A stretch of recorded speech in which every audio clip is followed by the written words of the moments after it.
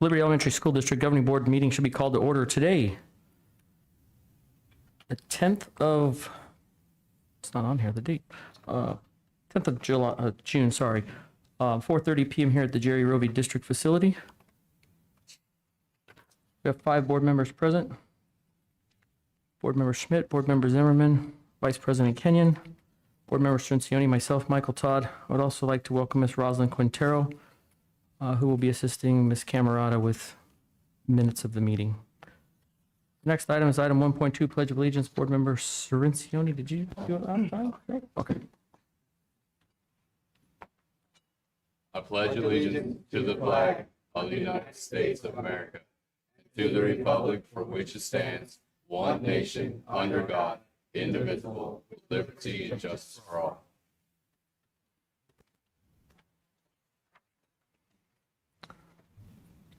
Next item of business is 1.3, approval of the regular agenda. Mr. President, I make a motion to approve the regular agenda form consistent with Board Policy BEDB and temporarily suspend governing board policy with which this agenda may be inconsistent. Second. We have a motion to second. If there's no discussion, we'll call for the vote. Board Member Schmidt. Aye. Board Member Zimmerman. Aye. Vice President Kenyon. Aye. Board Member Strincioni. Aye. I'm also an aye. We approve. Show that approved 5 yes, 0 no.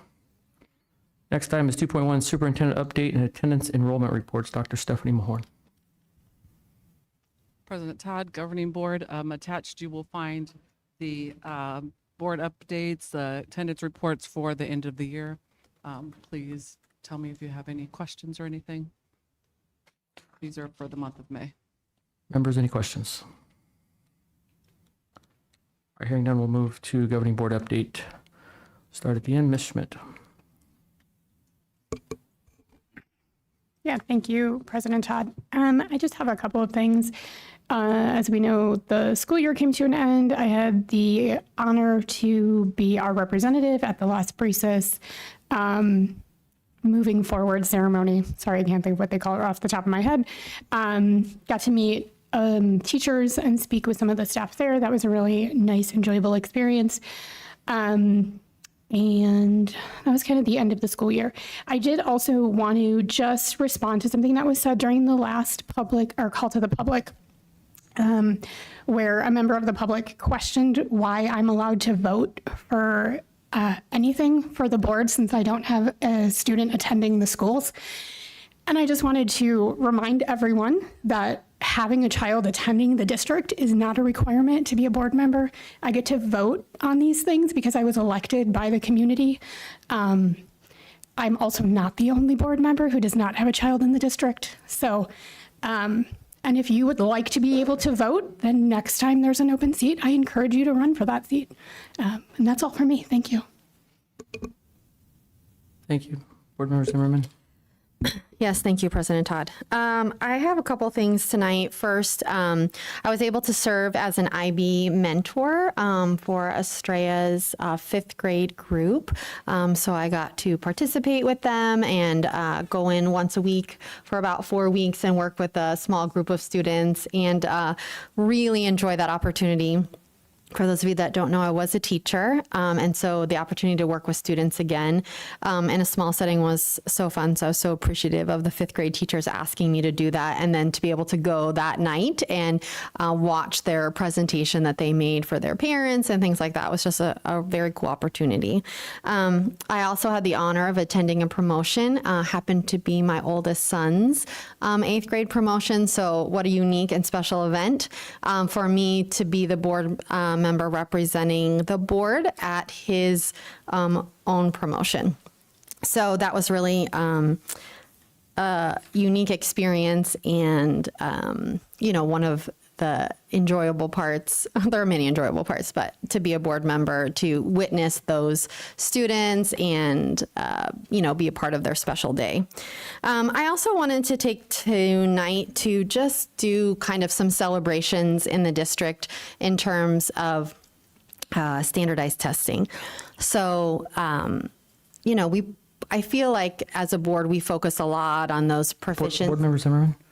The agenda policy is activities participated in since the previous meeting. I think we would need to schedule some This is a rough situation, but I don't think, can we talk about celebrations of a campus? We don't have that agendized? The It's agenda a- specifically says report activities participated in since the previous meeting. That's all we're allowed to talk about in our board update. Well, I don't know exactly what Mrs. Zimmerman is intending to accomplish here, but is it just reporting on what you are doing, what your involvement is? There have been plenty of board members who have used their time in different ways. And I feel like I have, if it comes against me, then somebody can file an open meeting law complaint if they feel that if I'm misusing my time. I don't believe that I am. Mr. Todd, I would let her proceed. That's why I wanted to check, make sure we're good. Okay. So in terms of Acadians, there was a 78% across the district. 78% of our kindergarten students were at or above benchmark, which is up 4% from last year and exceeded the goal set in the KPIs. So that's great. First grade exceeded their KPI goal by 3%. And third grade only missed meeting their KPI goal by 1%. So that's across the district, which again affects all 7 schools. And it's just a kudos to those younger grade teachers who, don't have state testing to kind of rely on. Their Acadians is that. In terms of ASA or ASSA, we had a 4% increase in math across the district. I believe that's a huge celebration. We have been stagnant, and the fact that the teachers really took on what the board asked, essentially, which was to focus on math proficiency, and they did that. And I just wanted to be able to publicly thank our teachers and our principals and our instructional coaches and all the people that really worked hard with our students this year to make that achievable. Fourth grade across the district in math went up 11%, and fifth grade across the district proficiencies went up 6%. And so then just some celebrations at each school. Blue, they had 7th grade ELA up by 22%, 8th grade up by 17% in ELA, 4th grade math up by 12%, and 6th grade math up by 8%. Estrella Mountain had 3rd grade ELA up by 13% with a 71% proficiency in ELA, which is awesome. 6th grade ELA at Estrella up 8%, 3rd grade math up 9%, 5th grade math up 8%. In terms of Acadians, they really stood out. Kinder at Estrella had 98% of their students at or above benchmark. 2nd grade had 85% of their students at or above benchmark, and 3rd grade at 89% at or above benchmark. So we're really setting up our kids to be successful in reading, and it's a great achievement at that school. Freedom, 4th grade ELA was up by 8%, and math overall at Freedom was up 5% proficiency. Again, great achievements being made at all of our schools. 4th grade math up at Freedom by 15%, 5th grade math up by 17%. Over at Las Brisas, we had 5th grade ELA up by 8%, 8th grade ELA up by 11%. 3rd grade math had 72% proficiency, which is a great number for them. 4th grade math, 19% up. 5th grade math, 12% up. 8th grade math was 25% up from the previous year. They also had kinder for Acadians, 85 at or above benchmark. Liberty, 4th grade math up by 21%, 6th grade math up by 12%, and their kinder was at 97% at or above benchmark. Rainbow Valley, 3rd grade ELA was up by 12%, 8th grade ELA up by 10%, 3rd grade math up by 11%, and 1st grade had 72% of their kids at or above benchmark at Rainbow, which is a great also achievement. And Western, we had 4th grade at 70% proficiency in ELA, 5th grade ELA up by 9%, 7th grade ELA up by 15%, and 4th grade math up by 18%, 7th grade math up by 7%. And again, I just think it's really important to celebrate what our teachers have done with our students this year. And it's important for me to be able to recognize them and thank them as a board member because they give a lot of their time, their energy, takes times away from their families. So thank you to our teachers who made all of these achievements possible. Vice President Kenyon. Yeah, thank you, President Todd. So I was also able to attend some graduations this last month, and it was so exciting to be a part of that and the moving up ceremonies of the kids that were graduating to the next level, still staying within the district, and the 8th graders that were graduating out and moving on to high school. It was a great time. A lot of people there, even though it was a little bit warm outdoors, the one I was at. I didn't get to attend. I tried to attend, but I didn't get to attend the West Star STEAM camp. And but from what I've heard about that, it went very, very well. I'm glad we were able to put that on, and I hope that continues for the years to come. I just wanted to take a moment and thank Amy Castellanos, our staff, and every one of these board members for being dedicated. Over the last month, we've had a number of special meetings called, just trying to deal with certain things that the district's going through, including, change of board policy over to the trust. And this last Saturday, we met for 4 or 5 hours and gave up our time with our families. And just, I just wanted to personally thank everybody who was involved and showed up for that. So that's all I have, President Todd. Board Member Strencioni. The only update I have was being our representative at the West Star promotion. I don't know if any of you guys made it, but I don't think the heater was on in there. It was extremely hot. It looked like an old style church. Everybody had the little fans going. It was ridiculous. But I think everybody enjoyed it. I never seen people leave so quick because of the heat though. Other than that, it was awesome. I had some family that was graduating, so it was nice to see them. Other than that, that's all I had. Thank you. Mostly the same for me. I was fortunate enough again to attend graduation this year at Blue Horizons and Freedom. Both schools did a great job putting their graduation ceremonies together. Both schools host those over at Yonker. I'd be remiss to not thank the high school for working with us and allowing us to use their facilities.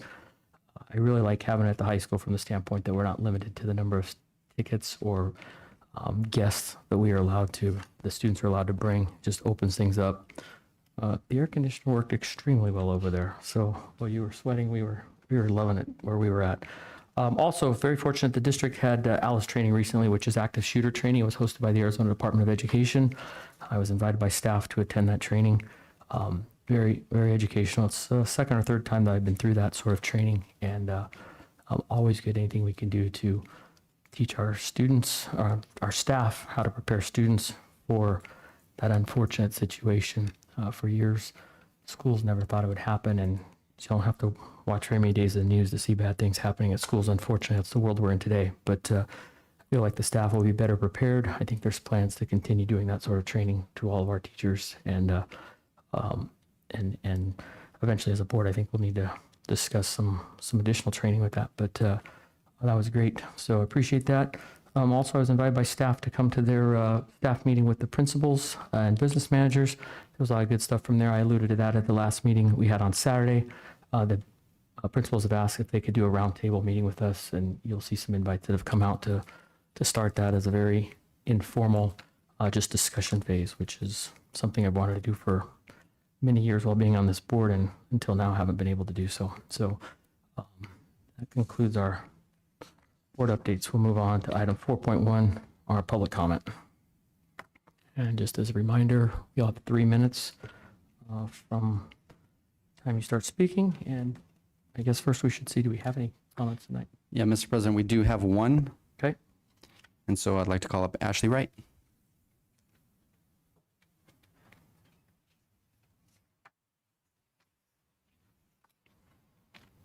Good evening. My name is Ashley Wright. I do reside within the district.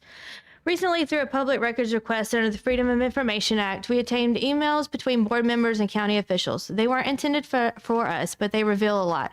2 emails in particular stood out, both from Vice President Kenyon. It was full of exclamation points, informal language, bad grammar, and even a ha-ha thrown in as if governance is a joke.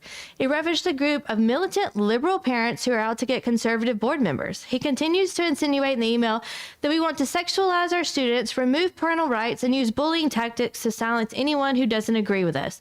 Any insinuation that we want to sexualize our students and open them up to any form of hurt or abuse is disgusting and defamatory. Let me be very clear. Our group is not militant. We're organized. We're informed. We're parents, taxpayers, and voters, thousands of us. And to your shock and dismay, many are conservative Christians, just like you claim to be. We're not threatening anyone. We're demanding accountability. We believe in facts, not hearsay, and we certainly are not driven by partisanship.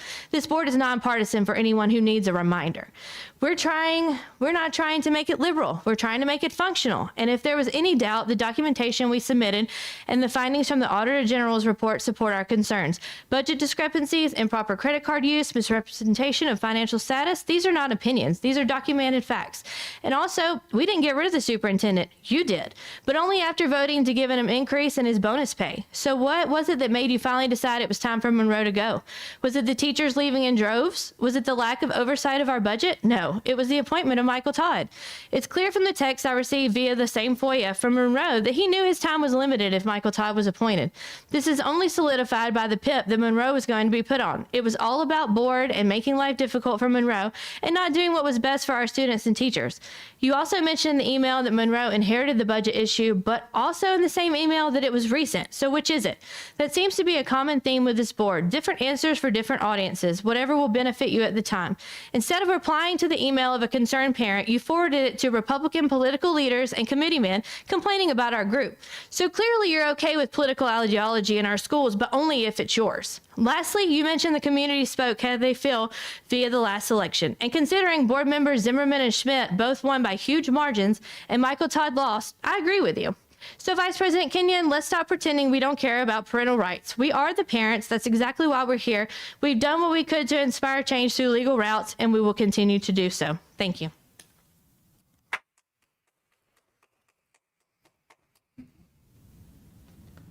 Members of the audience, there is to be no comments during the meeting or clapping of hands. That is the violation of the open meeting law.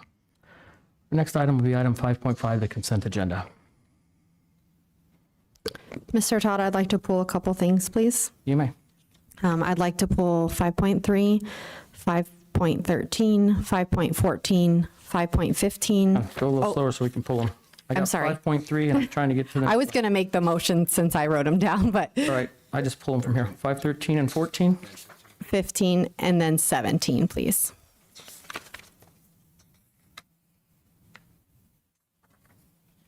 Okay. I make the motion to approve. Hang on. Oh, I'm so sorry. We typically go in order and start at the end and work our way down so we can keep this in order. Ms. Schmidt, do you have anything you would like pulled? Nothing additional, thank you. Okay.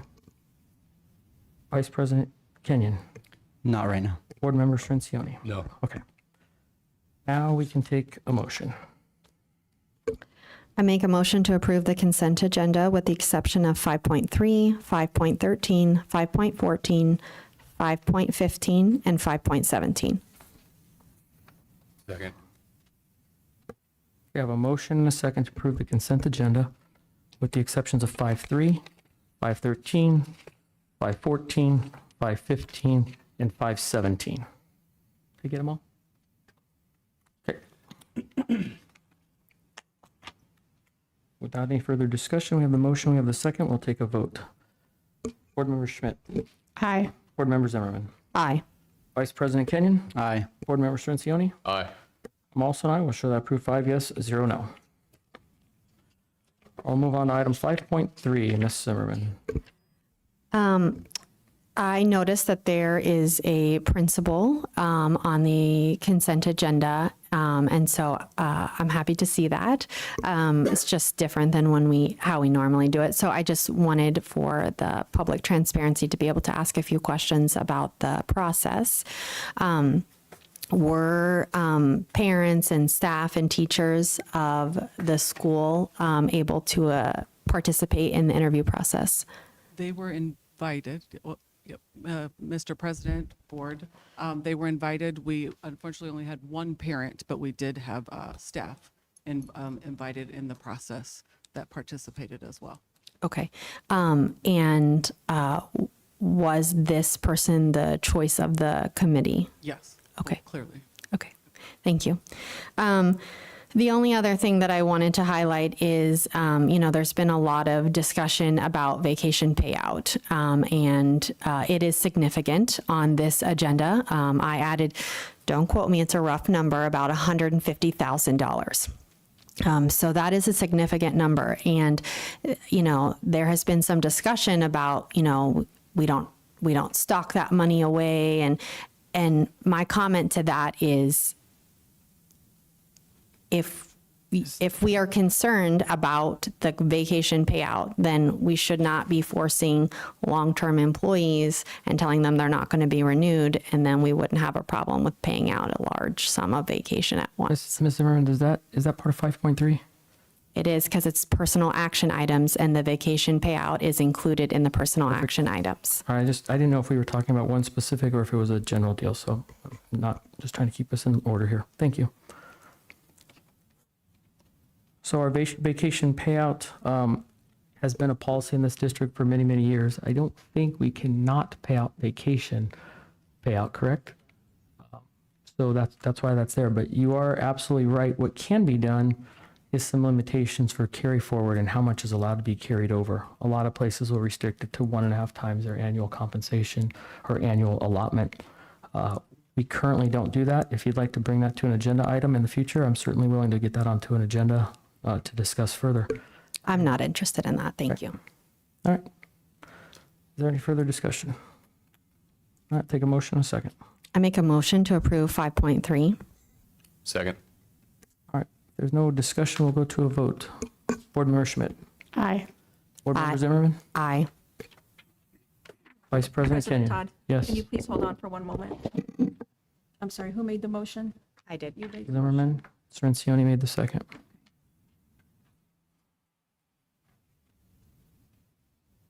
Thank you. I have a yes vote so far by Schmidt and Zimmerman. We'll now call for Vice President Kenyon.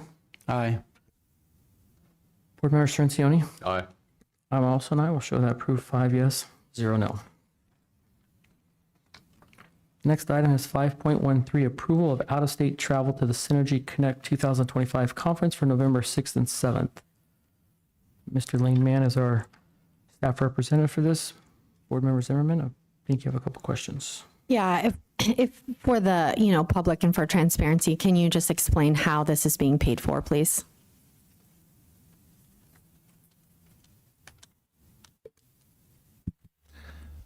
President Todd, distinguished board members.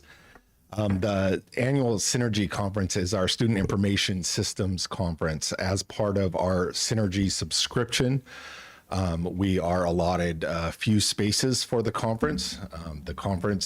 We get to go and learn about the latest student information tech. We get to do hands-on projects there and meet with different vendors. It's beneficial and it's at no cost, and it's fairly standard for districts to go to this conference.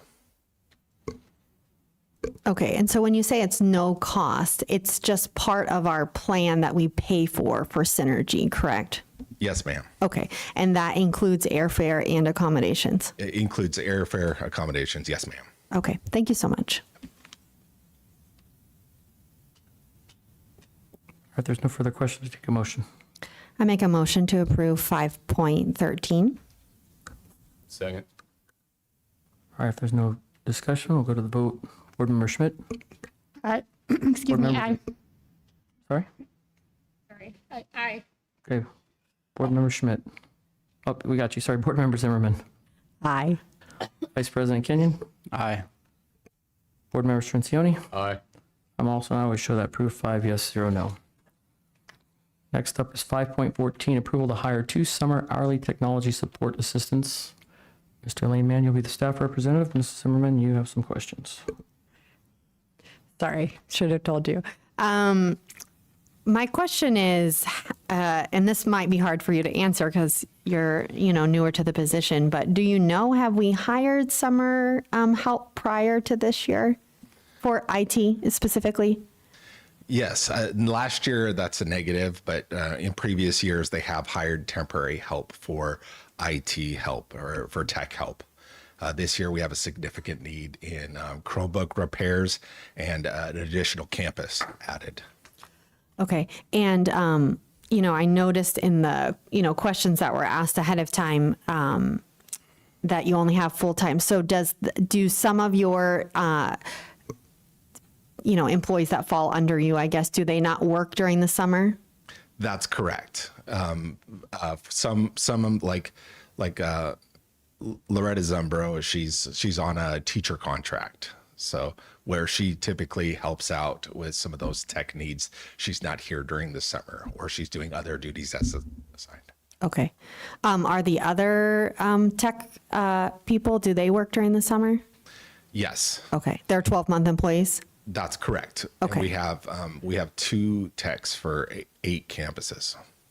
Okay. And what fund is this going to be paid out of? I believe it's going to be coded indirect, 290 indirect funds. Okay, so not out of M&L. Okay. All right. Thank you so much. Okay, members, any other questions? All right, hearing none, we, Sorry, President Todd, just a comment. Just looking at this, Mr. Lane, it says the hourly rate is $15.12 per hour for the level 1, correct? That's what we're looking at. So it's not like they're getting $40 an hour. Yes, sir. President and distinguished board members, yes, we tried to reduce the cost to the districts for this. Thank you. all right, if there's no other questions, we'll take a motion and a second. I'll make a motion to approve 5.14. Second. All right, if there's no discussion, we have a motion, a second to approve 5.14. Call for the vote. Board Member Schmidt, Aye. Board Member Zimmerman, Aye. Vice President Kenyon, Aye. Board Member Strencioni. Aye. I'm also an aye, will show 514, approved 5 yes, 0 no. Next item is 5.15, approval salary schedule revision of lead title and job description, assistant technology lead. Ms. Hamrick was our staff liaison, but I think somebody's covering for her tonight, correct? Dr. Mahorn? Okay. I just wanted to ask a question. Could we pull up the red line version of that? Yes, thank you so much. So as I read the sorry. No, it's okay. As I read the summary, it says that it's not a new stipend, that it's essentially that it used to fall under the SLP lead. Is that a correct statement? Correct. When I met with Kay, that's what she said. It's just moving from one position to another position, but it's not an additional stipend.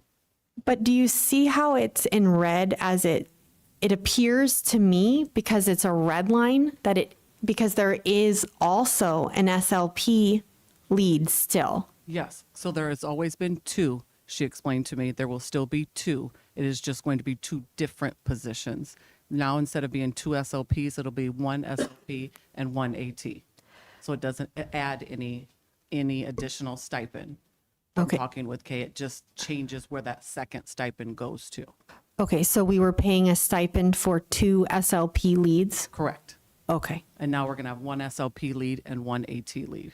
okay. Thank you for the clarification. All right, any other questions? Just have, Ms. Zimmerman, your question I think is valid, for sure, I appreciate it. Should we make a note in our motion or on this that says it's limited to 1 of each position for the stipend? Would that, do you think, make it a little more understandable or clear for future boards and administrations that may need to interpret this later? Are you asking me or Dr. Mahorn? Sorry. I mean, I'm throwing the question out there for, I guess, anybody that would like to answer, but you're on the board, so you can go first if you'd like. Just since we were paying 2 lead SLPs previously, I think if we show we will pay 1 of each as leads, that might make it more clear. I would agree, because I wouldn't, and I'm not sure if maybe this is something that, needs to come back with some clarification from staff, because if we're, singling out this particular group to only have, one lead, I don't know what the other stipends for different leads are across the district. And I'd hate to make a decision without having all of the information. Mr. President. Go ahead. So if we move this position over from the SLP to the AT, like it's going to close that second SLP position, correct? Correct. Okay. So there won't be a possibility of having a second stipend for that one then? Correct. Okay.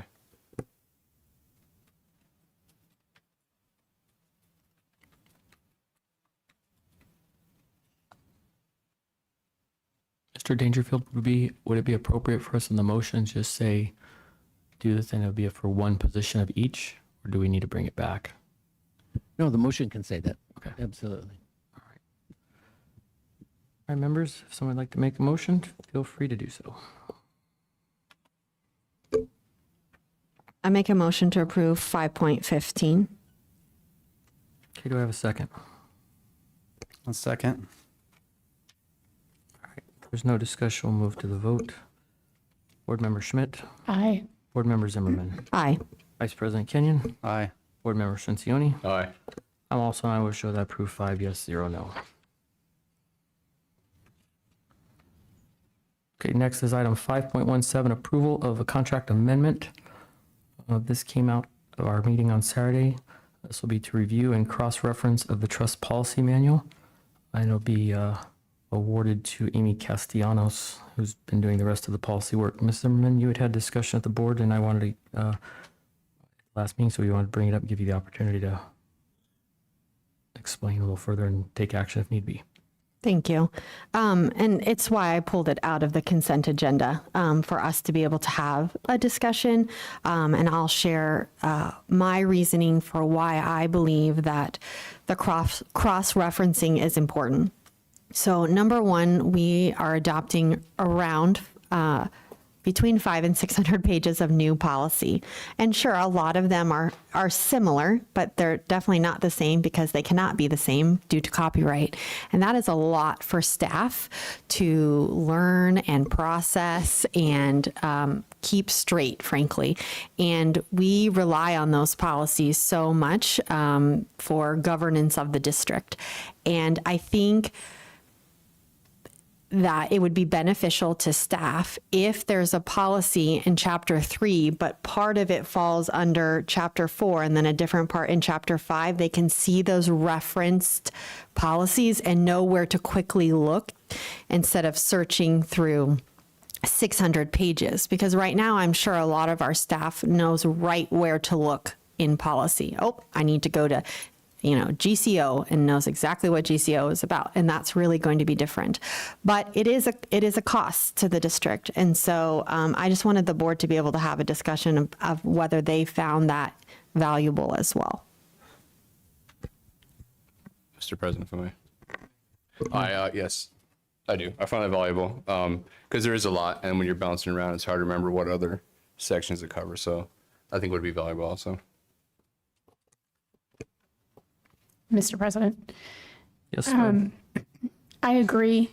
Just from our own experience, and we've read through these chapters countless times at this point, the stacks of paper that we have sitting from reading through all these policies multiple times, and we still have a hard time remembering where to go back to find the previous policies. So no teacher is going to have time to read through the policy 4 or 5 times as we already have. So I think it's definitely worth it so that people can easily find policy and not spend a lot of time. Because if it takes a lot of time, they're just not going to look, honestly. So I agree. Mr. President, go ahead. I don't disagree with my fellow board members. I think it is a very valuable tool to have those cross-references. However, in our summary here, it says these services shall not exceed the additional money of $2,500. Do we think that that's going to be enough? Because as it was explained on Saturday, it's going to take a significant amount of time. I mean, I'm hoping it's less than that. But where did this number come from? We got that from our consultant. We asked them to give us a not to exceed number. This is never been done before. with the trust policies. So it's a little bit of a guess, but based off of the rest of the work that's been done, she's confident that she can do it at this price or hopefully a little bit less. We'll certainly encourage her to do it for less, but she doesn't think it will exceed this. Thank you. I just wanted to make sure we didn't hit that number and all of a sudden half of our policy has references and the other half doesn't. So thank you. All right, I think the board summarized that well. Appreciate your time on that. We'll take a motion in a second. I make a motion to approve 5.17. Second. All right, the motion is second for 5.17. With no discussion, go to the vote. Ms. Schmidt, Aye. Board Member Zimmerman, Aye. Vice President Kenyon, Aye. Board Member Strencioni. Aye. I'm also an aye. We'll show that approved 5 yes, 0 no. Members, next up is item 6.1. This is a presentation by the ASA relating to the district interim and/or president superintendent search process. At our last meeting, you asked that we try to get this on for this meeting. We jumped through a couple hoops, made it happen, and Mr. Mark Jornstad from the ASA is here to present to us now. Good afternoon, board members, LASD staff members, and community members and interested persons as well. Thank you for allowing ASA to be here to present the components of a search process that we would use for a superintendent as a permanent position, and it also could be modified or adapted to assist with the process for an interim superintendent, should the board decide that that's how you want to proceed. And the other thing I'll say to begin this is that the board is the decision makers. We're the facilitators in this. So that would be our role. It would be collaboration, but again, we emphasize that it's ultimately the huge decision and responsibility of the governing board to make the decision. We suggest a couple of, okay, I should use my playground voice, I guess, then. Thank you, Clyde. So we suggest 2 goals in a process like this. First of all, we suggest that you select the highest qualified, best fit superintendent to lead Liberty into the future. And those aren't always the same thing. The highest qualified, there are many applicants who are well qualified. The question is, are they the best fit for a growing elementary school district in the West Valley, a district that combines a rural segment with a urban segment? So, for example, if the superintendent from the Los Angeles Unified School District should apply, that person might be well familiar with a massive operation of hundreds of thousands of students and hundreds of schools, so they might be well qualified. Would they be the best fit for Liberty? So that's what we would try to bring to you, candidates that would be highly qualified and a good fit for your district. Then a second goal would be a process goal, that the process used would be transparent and would involve stakeholder input. And again, the board would make a decision as to the level of transparency and the amount of stakeholder input. We would provide some suggestions. It would be board decisions that would govern that. Once I get going, I can be a runaway train, so if you have a question, just please interrupt me, or I'll just keep barreling down the tracks. So the most searches that we facilitate take 6 phases. I will suggest how there could be an additional or a lesser as we go through this. But phase number 1 would be we would develop a profile. This is a profile of the candidate. What are the characteristics of the candidate you are seeking? What are the qualifications of the candidate you are seeking? Then a timeline for the search. When will it open? When will applications be due? How much time in between to allow applications to be turned in? How much time to allow for us to recruit candidates? What kind of interview process? What kind of final process? You also decide on community engagement. What level of community engagement will be involved?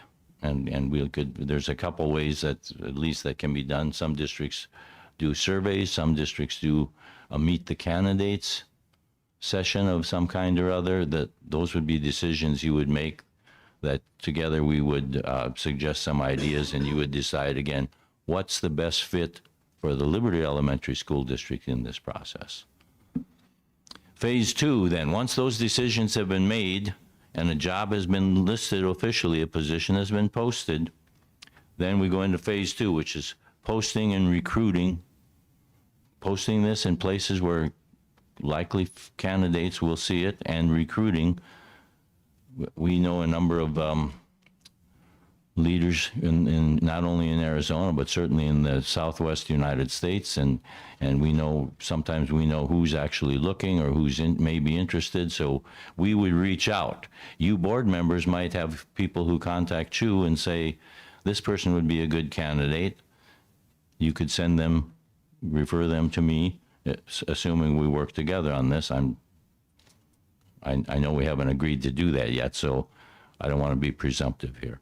But you would guide those candidates to contact me, and then we would take it from there. A community survey, if used, would probably take place during this time as well. Some people use a community survey, some people don't. Some people say there's survey fatigue.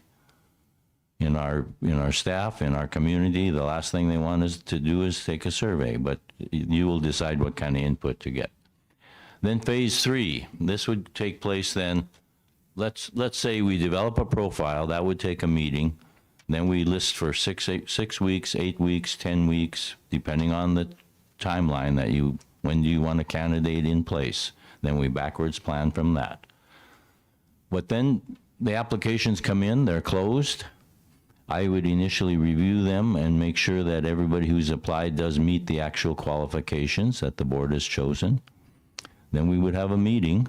This could possibly be a long meeting, depending on how many candidates have applied, in which I would guide the board through reading and screening these applicants and choosing at the end of that meeting which of these applicants you are interested in taking further along in the process, i.e., whom will we interview after we have screened the applications. So that can be a meeting that takes a certain amount of time. And having looked at the meetings you've had in the last couple of months, I see that you're not afraid of having lengthy meetings. And you certainly, I know, would relish having another one.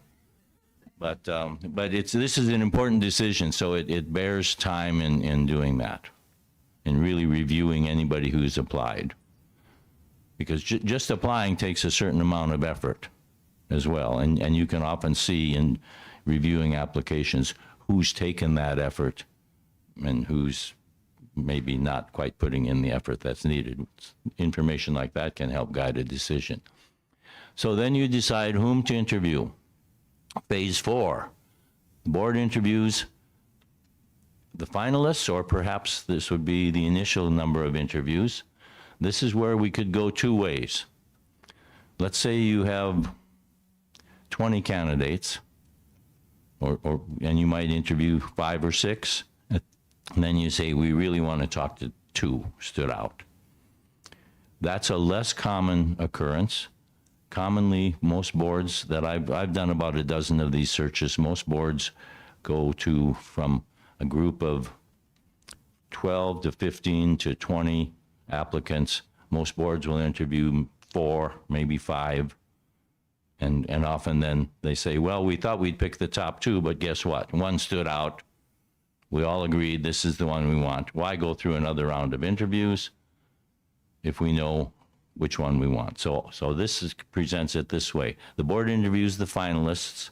You have possibly, if you've chosen this to have some stakeholder input, you have a community event where the final candidates, the interviewees, often on the same day they interview, there's a community event where they meet the community as well. There's a number of different formats that together we can develop and use for that type of community event. I've done some searches where the board said, no, we don't need to do that. Others have had a very formal process. Then, following the interviews and following a community event, should you have one, then the board would meet again. This would all occur probably in the same day, and make a decision as to which are the finalists to enter into contract negotiations with. Excuse me. So then that leads to phase 5. The board and the board's attorney, enter into contract negotiations with the finalists. Phase 6, the board has at an open meeting, approves a new superintendent. Just a quick question before we move on to the next slide. Oh, so I think 3 of our board members have had experience with before. I don't want to speak for Ms. Schmidt, but you weren't involved with like the other contracts, right? I think you were as a citizen, right? Yeah. What's a realistic timeline? Okay, are we talking permanent position? Both. Both? Yes, sir. Okay. I would say let me start with a permanent position first. Often, when boards know, as you do, that you're going to seek a new superintendent, then you could start, and for example, start in August with the listing. We'd have a meeting, we'd approve how we want to list it together. Then maybe 2 months later, mid-October, is the deadline for applications. You have that meeting, number 3 there, where you screen. Then we go into probably end of October, early November, phase 4, board interviews. Then the rest of November, phase 5, and you could have a candidate to approve in your first meeting in December. I've been through a number of districts where that time frame has worked well. Sometimes we start later. Thank you. Servant leadership.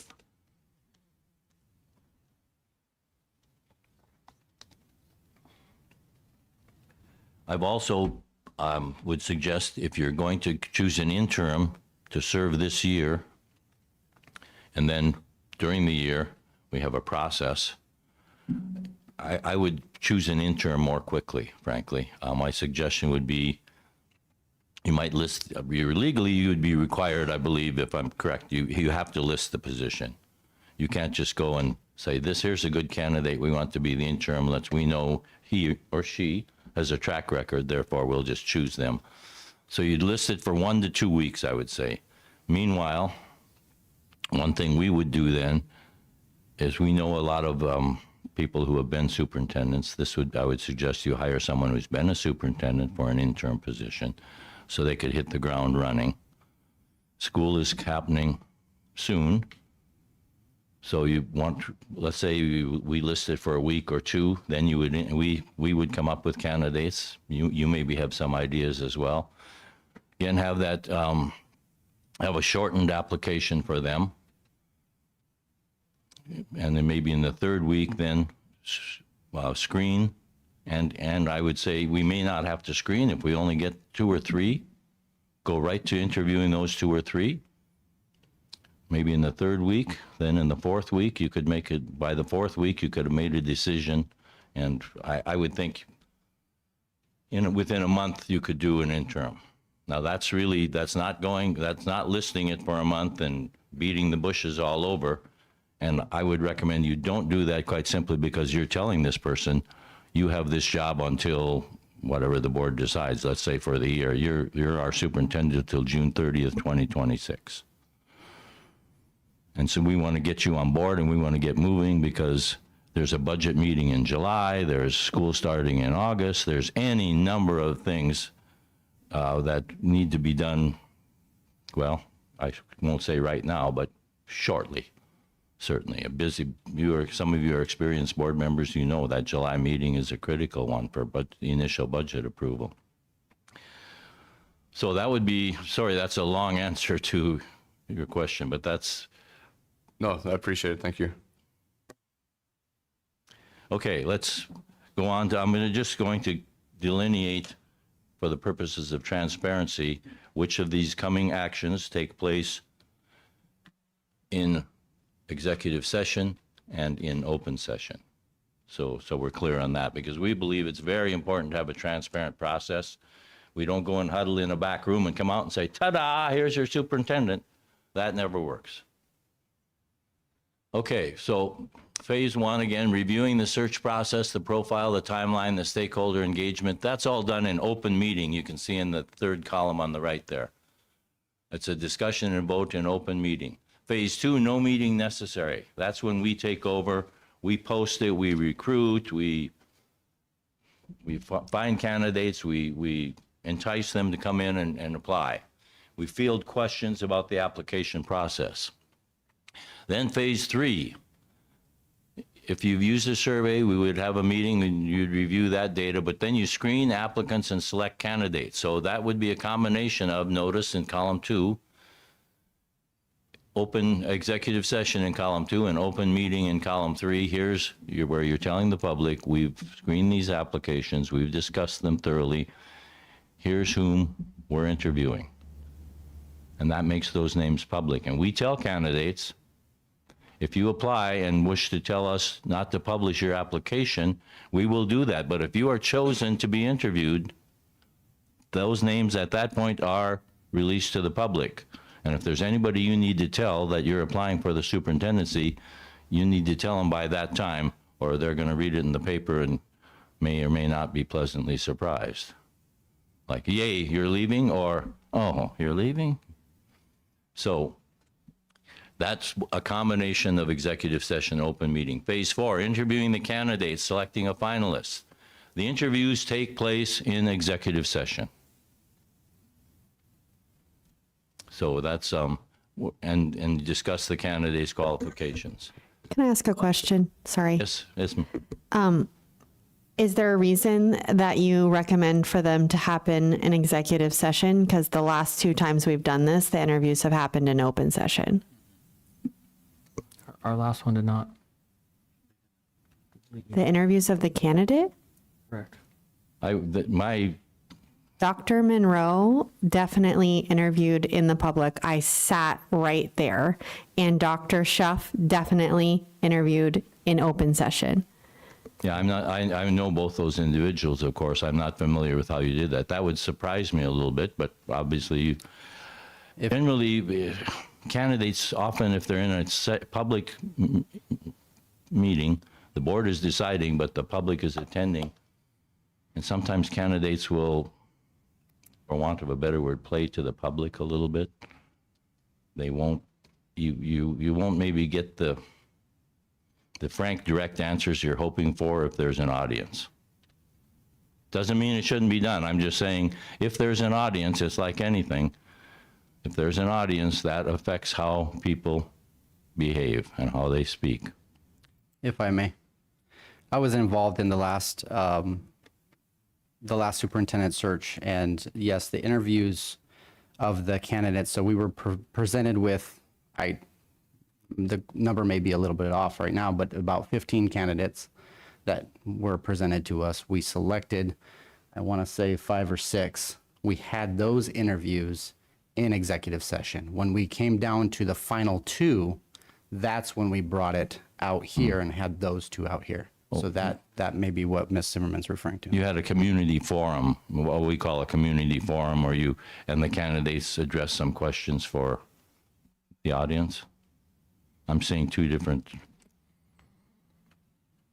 but regardless, some sort of public forum was held with the candidates. It sounds like. They asked the candidates the questions, and the public had the opportunity to view it. The board asked the candidate the questions. Mm-hmm. Okay. Well, you're in charge of the process, the board is. My suggestion would be you get more direct answers, honest answers, if it's just with the board. But I do feel it's a community forum of some kind where you have people speak, they address questions from the community, but it's moderated. It's not a town hall where people shout out questions, because sometimes we find that the loudest voices are not the most thoughtful voices. So it would be very much, any event like that would be well controlled. Candidates want that. So we can certainly modify and design a process that the board likes. As I said at the beginning, the board is in charge of this. What we really work hard on doing is making sure that everything is legal as well. As you know, in any hiring process, there's a number of legal, what would I say? Well, legal requirements, frankly. There's state law, there's federal law as well. So that would be executive session and something possibly in the community, depending on what the board wishes.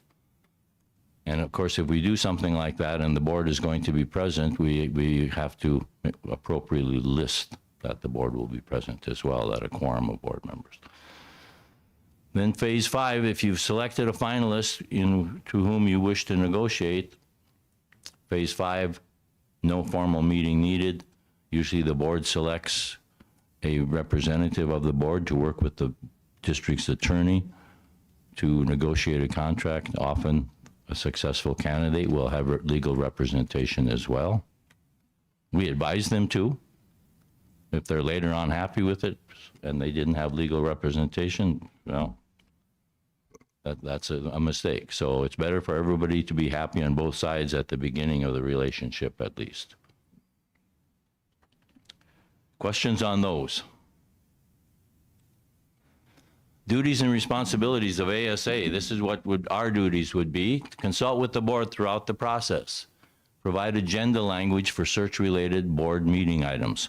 So we provide legal language for various parts of the search that the board uses. So we make sure everything's listed, everything's out there. We're not making any legal slip-ups. Collaborating with the board on developing a timeline. We would build that timeline together. Publicizing the vacancy, providing related documents, communicating with all the applicants. That's the important one. We give the proper notification to all applicants. As you know, if you're being discussed in a board meeting, a person being discussed in a board meeting has to be given proper notification that they are in fact going to be discussed. And we'll schedule and facilitate the entire interview process, maintaining strictest confidentiality, and that is so critical, especially in smaller communities where often misunderstandings can easily arise, or someone can get the perception that I think they're really favoring this candidate, and then the word just gets out there. So we really are careful with strictest confidentiality on the questions to be asked, confidentiality on the candidates until finalists or interviewees have been chosen. It doesn't mean you're keeping secrets. It means you're being careful with the confidentiality of the information. And then there's, I think this was sent to the board president, or maybe I'm wrong. There's an exhibit A we have a complete agreement. I'm just summarizing the agreement here. You have not seen, okay, I'll make sure you get that. What's the responsibilities for you as board members? Adhering to all Arizona statutes related to the Arizona Open Meeting Law. And as you know, some of your experienced board members, it's easy to run afoul of the complex requirements of the Arizona Open Meeting Law.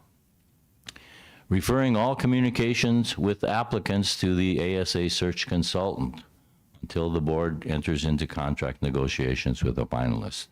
So if a candidate comes up to you as a board member and said, you know, I'm really interested in this district, let me tell you about my qualifications, and you would say, no, I'm glad that you're interested. Here's the phone number or the email of Dr. Jornstedt. He's our search consultant. He will handle any questions you have. That way, it's especially important so no one, and in a small community even more so, no one gets a perception that, oh, we saw a board member talking to one of the candidates. Oh, that person's the favorite candidate. I know it. And you know how that informal networking goes. It's the fastest way of communication that there is. And social media facilitates that speed, the speed of mis and disinformation. So very important not to give any rise to that or any appearance of that. Board members, like Caesar's wife, must be above suspicion. Okay, determining the final candidate providing the ASA consultant with required information. Determining the final candidate, that's your job, it's not our job. I certainly will assist you, but that's your decision. Adhering to equal employment opportunity laws, very important. If we work together, you'll find I might become a little tedious in reminding you of the legal necessities of the job. And of course, you have legal advice as well, but we're not going to make any mistakes that later come back to say, oh, we forgot to do that. I'm sorry, now the search is moot. We get to do it all over again. No. Maintaining strictest confidentiality. We both share that. Questions on those?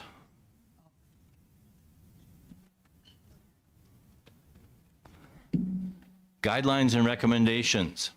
It is recommended that the board follow a moratorium on contact with the media.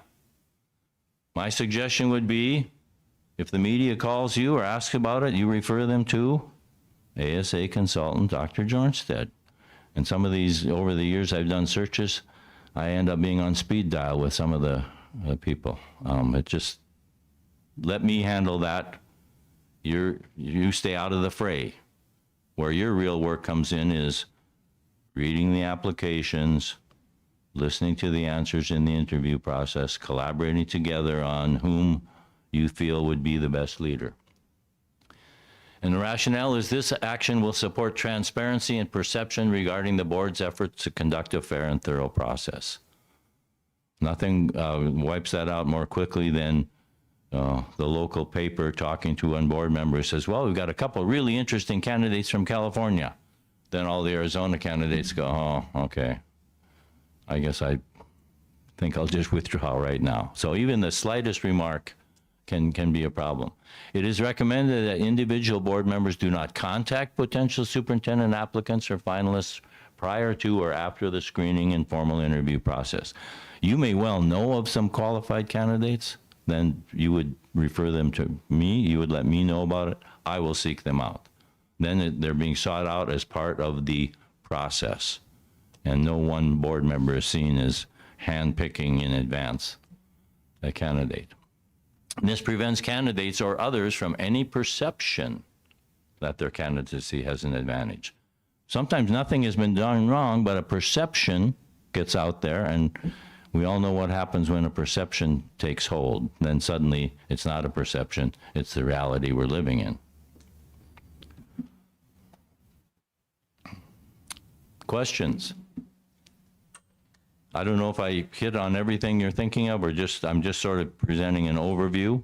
Should you decide to work with us, we would, of course, each of these phases we would discuss in considerable detail.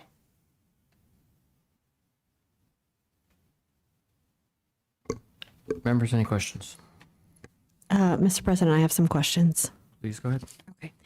One of them, first, I guess it's more of a comment to my fellow board members before I ask you any, is that my understanding is that we were focusing on an interim search at this time. So I don't personally want to focus too much on the permanent search because I didn't believe that's kind of where we were going. So Mr. Cirincione asked one of my questions, which was the timeline for an interim. And so I believe you said, at least a 4-week process you think it would take to find an interim.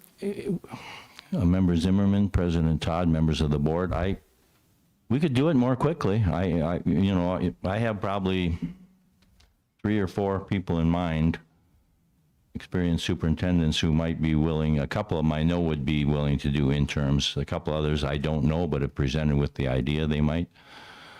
But it's also, I think it's good to allow a little bit of time so that it just doesn't look like a backroom deal. Sure. The other question, I don't know if this is your question or I'm going to anticipate it.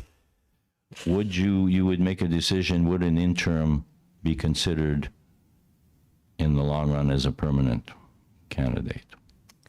You can leave that open, or you can say, we're looking for someone to be an interim and we want your assurance that you would not be a candidate should we see a long-term person.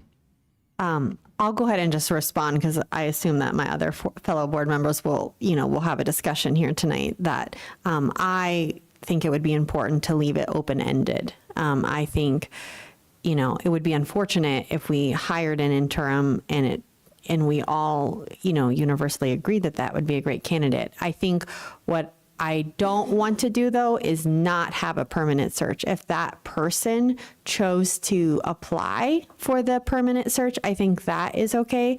But to not have one is where I personally would struggle with. What is the cost, both for an interim search and a permanent search? And we've been this, and it's my mistake. I thought an agreement had been sent to President Todd about the costs. They vary. Each formal meeting we have, there's a certain cost. Then there's some other. Now travel, since I live in the valley here, that's not really much of an issue compared to when I've done searches in Globe or Winslow or other places like that. So I'm hard pressed. I'd really prefer our executive director to give an answer to that, because if I say something now and then he comes back with a different number, then I look like I was pulling a bait and switch. I can appreciate the permanent search. Probably we try to bring that cost in under 10,000, which you might say, oh my God, that's a OMG. But compared to some of the national firms, for example, then they get well into 5 figures. And that would be one thing we would discuss. Do you want us to recruit nationally, or do you want us to recruit regionally, or do you want us to recruit primarily in the state of Arizona? And there's various arguments that can be made pro and con about those, which I'd enjoy exploring that with you. The cost for that's the 10,000 or so. Again, that's a ballpark. Sure. That would be for the permanent search. So I would guess it would be considerably less for a quick interim. Okay. And just one final question. Do you, your firm, that you ASA, do they have a number of superintendents that they've been able to, participate in the hiring of them and the longevity? So do you have a number of how many have been able to, stay at the district that they get hired at for 3+ years? We've been doing this for 2 years, so okay. So we don't. The reason we started doing this was a couple years ago. One of our fellow state associations had always been doing these searches, and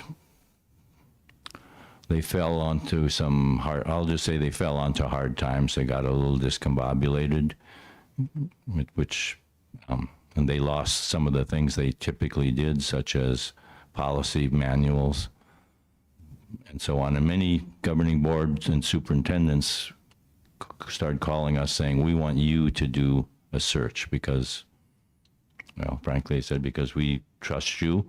We know you won't politicize the process. And so that's what I've done, about 10. I had done a couple before that, and then I've done about 10 with ASA the last couple of years. They're all still employed, but it's a short term. So Appreciate. very good question, though. Thank you. I mean, we strive. That's why to us the best fit is so important. So important to get that fit. Yeah, no, I appreciate your honesty. Thank you so much. And again, thank you again for coming so quickly and making time for us tonight. I appreciate that. Well, if we're going to, I shouldn't say we yet. It's not a we. If you are going for an interim, then you need to get moving. Other questions? Mr. President? You may, if I can just, really second, Vice President, we did get an email, but it looks like it got caught in spam. Oh. No, it came in. I'm getting it printed right now for the board. That's the agreement. To answer a couple questions, just looking at quickly, it looks like the cost for the permanent search is about $8,000.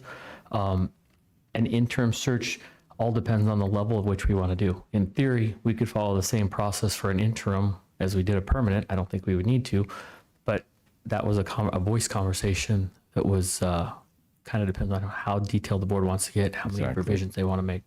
But I'm going to get this printed to get out to the board right momentarily.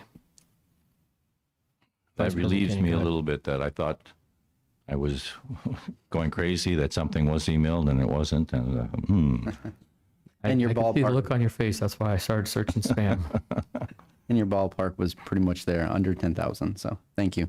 Most of the questions that you had already answered in your presentation. Thank you for bringing this, and thank you for coming so quickly. I know you were just contacted, on Saturday, and you're here tonight. So thank you so much for that quick turnaround. And one of the other things, I guess you already mentioned it, the current pool for an interim.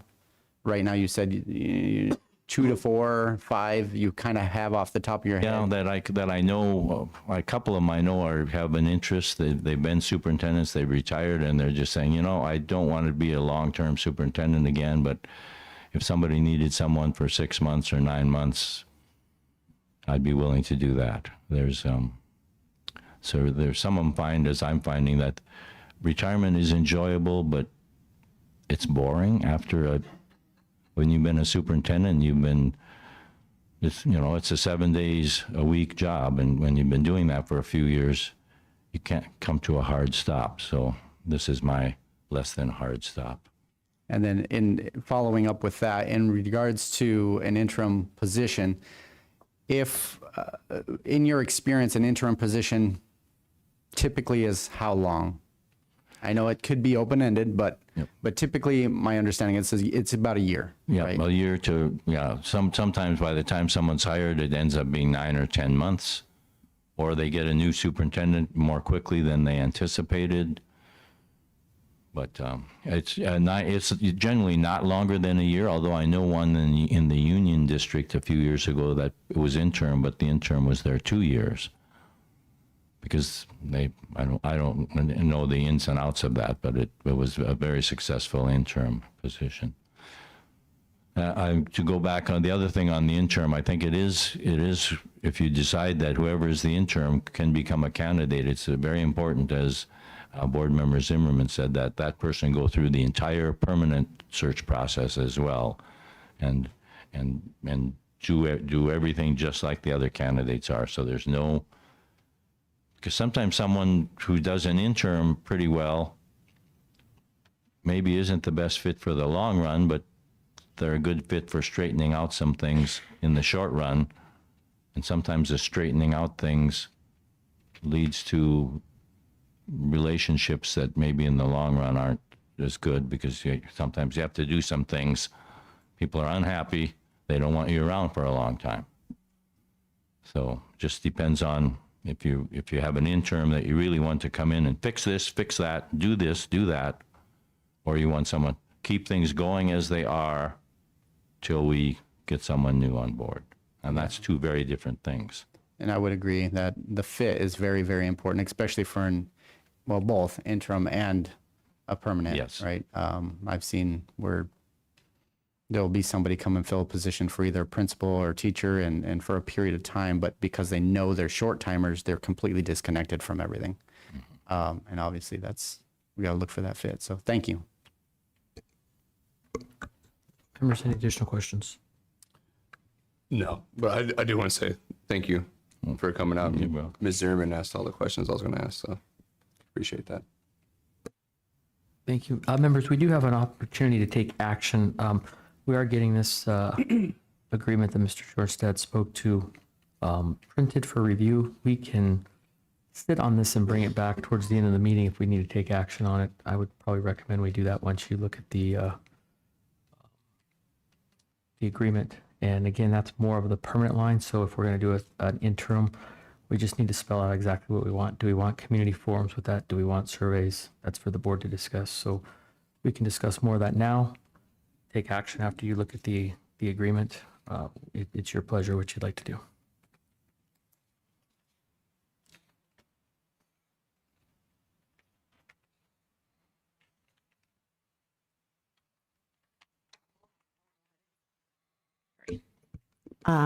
I'll go ahead and start. I would like to look at the agreement before we take action, but in terms of having a discussion, if you'd like to have that now, I'm happy to offer my thoughts. That would be great. Okay. For me, as I stated in, I want to say it was Thursday's meeting. I apologize. We've had several in the last couple of days. That it would be my goal to move quickly for an interim. And so, 4 weeks or less is what I would be personally looking for. As been stated, the school year is going to happen quickly. We'll be hiring new staff, and to be able to have this person in place to start the year as quickly as possible would be ideal in my mind. So when I refer to the steps, I would only be eliminating steps for the interim, not for the permanent search. And due to the fact that we are in the summer, I think the community engagement would be difficult to get the amount of people and engagement that we'd truly be looking for. So for me, the timeline that was presented would be fine. With a posting for a week or two, screen, interview the next week, and hopefully offer in the fourth week. So that's personally what I would be looking for. Okay, members, any differences of opinions or suggestions? No, Mr. President, I would also like to look at the agreement before actually committing. I do appreciate the ASA coming out and having this discussion with us and showing us what they have available to our district.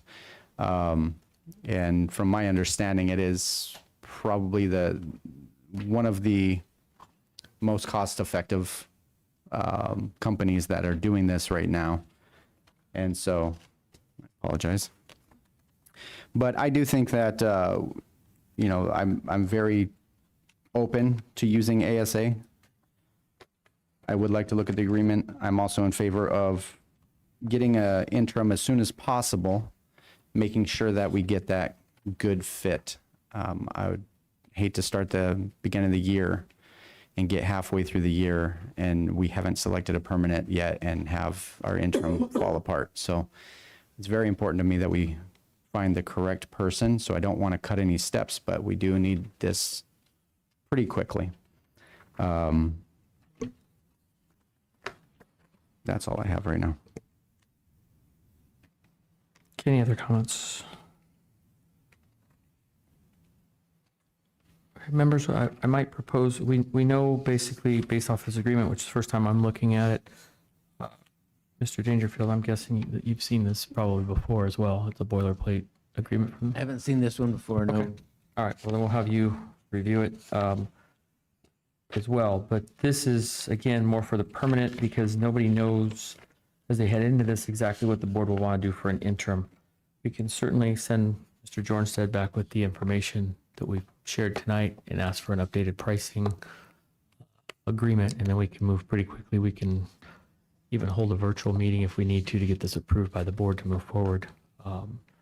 But we'll need to know a price, and I think it sounds like the board's pretty comfortable with that 4-week time frame, trying to do that, posting, screening, and then making an offer in about 4 weeks, if that is still doable in your mind. Can you come to the mic for the minutes? If I understand correctly, what you're asking then is that we can give you a price for say a 4-week, maximum 4-week search for an intern with just what we would charge, and maybe I would put together an outline of the steps as well, and that would, we're going to do that. I appreciate several board members saying, let's get on this right now, because you've got staff members and kids and parents and people expecting school to start on time and to be a safe, welcoming, orderly, and effective environment. So I think some of the steps that you normally might take, community forums and things, surveys and things like that, when you do an interim, you have a hard stop for that person. So if it doesn't work out as well as you'd like, you know that we're done with this person at a certain point anyway. So that's why I don't think it would be so bad to skip some of those steps and get right to the interviewing, finding some candidates, interviewing them, deciding who seems the best fit for a short-term interim position.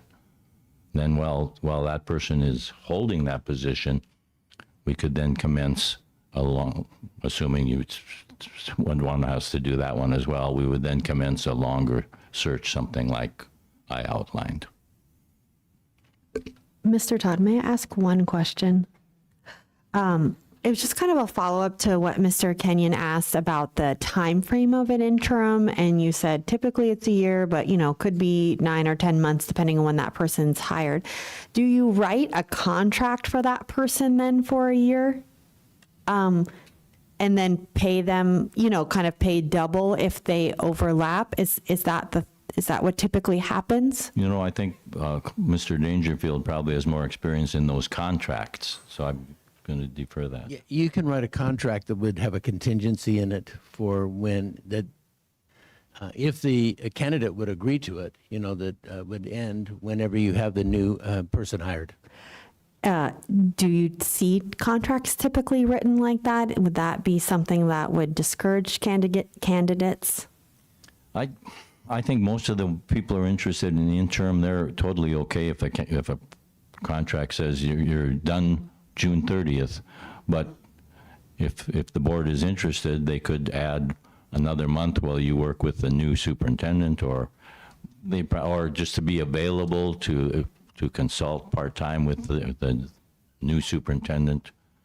And you add that quite often these are people that Mr. Jones that's talking about are retired superintendents, Right. and they're looking for a temporary assignment, and so they're pretty flexible, actually. That's been my experience. They're pretty flexible about the timeframes. Okay, yeah, I'm just wondering, I'm not really concerned about extending it a month, but more if we hired somebody, let's say in March, and they're ready to start. I don't know what the situation is, right? I'm completely playing hypothetical here. But would we kind of be able to end that contract early, I guess is. So that would be a negotiation. Okay, thank you.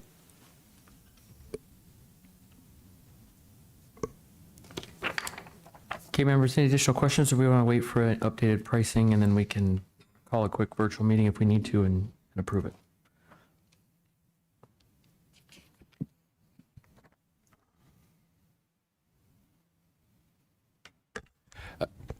Not to put you on the spot, but would the updated agreement, would it still follow the same pricing in here, like $800 a meeting? It would just be less meetings and so on? I would say that would be similar to that. Now, depending on the type of meeting we have too. Again, it's not my decision to make. I'm a hired gun, so to speak. And sorry for the weapons language. I would. You're good. You don't have to answer that. I don't want to put you on the spot. No, but if I understand, then you would. Is there a time frame in which you would like this pricing, this quote, if you will? Given that we really want to get going on this, and I appreciate the faith that you're seeming to imply that you would have in us to do this. We could probably get it in a couple days. Sweet. And the organization has just finished a smaller conference, 150, and then a large conference, 375 or so. That just ended earlier today. So they have some time. They might say, yeah, we have time to go. But I could probably get together with Dr. Tai, and I don't know his plans unless he's planning on getting out of town. I'd say, on your way out, we have to do this. I would say we could have it by Thursday or Friday. We need to if we're going to do an interim, we need to get moving. Okay, that would be great. I would say as soon as possible. So if you're saying Yep, Thursday okay. or Fridays as soon as possible, let's Okay. go for that.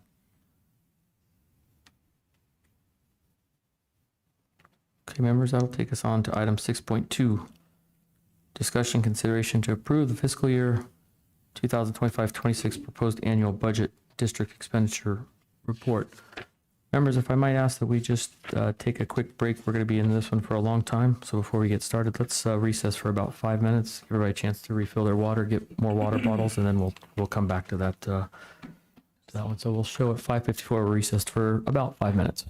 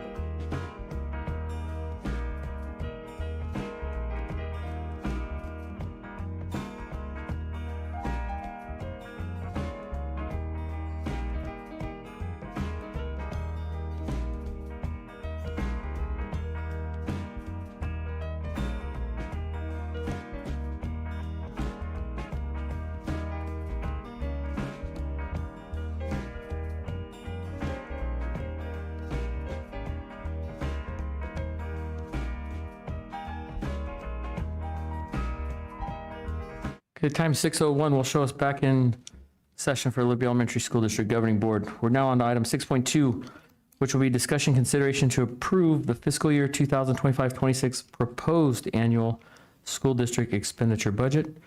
And presenting staff liaisons will be Crystal Mosier and Rebecca Williams. Thank you. Good evening, governing board and members of the community.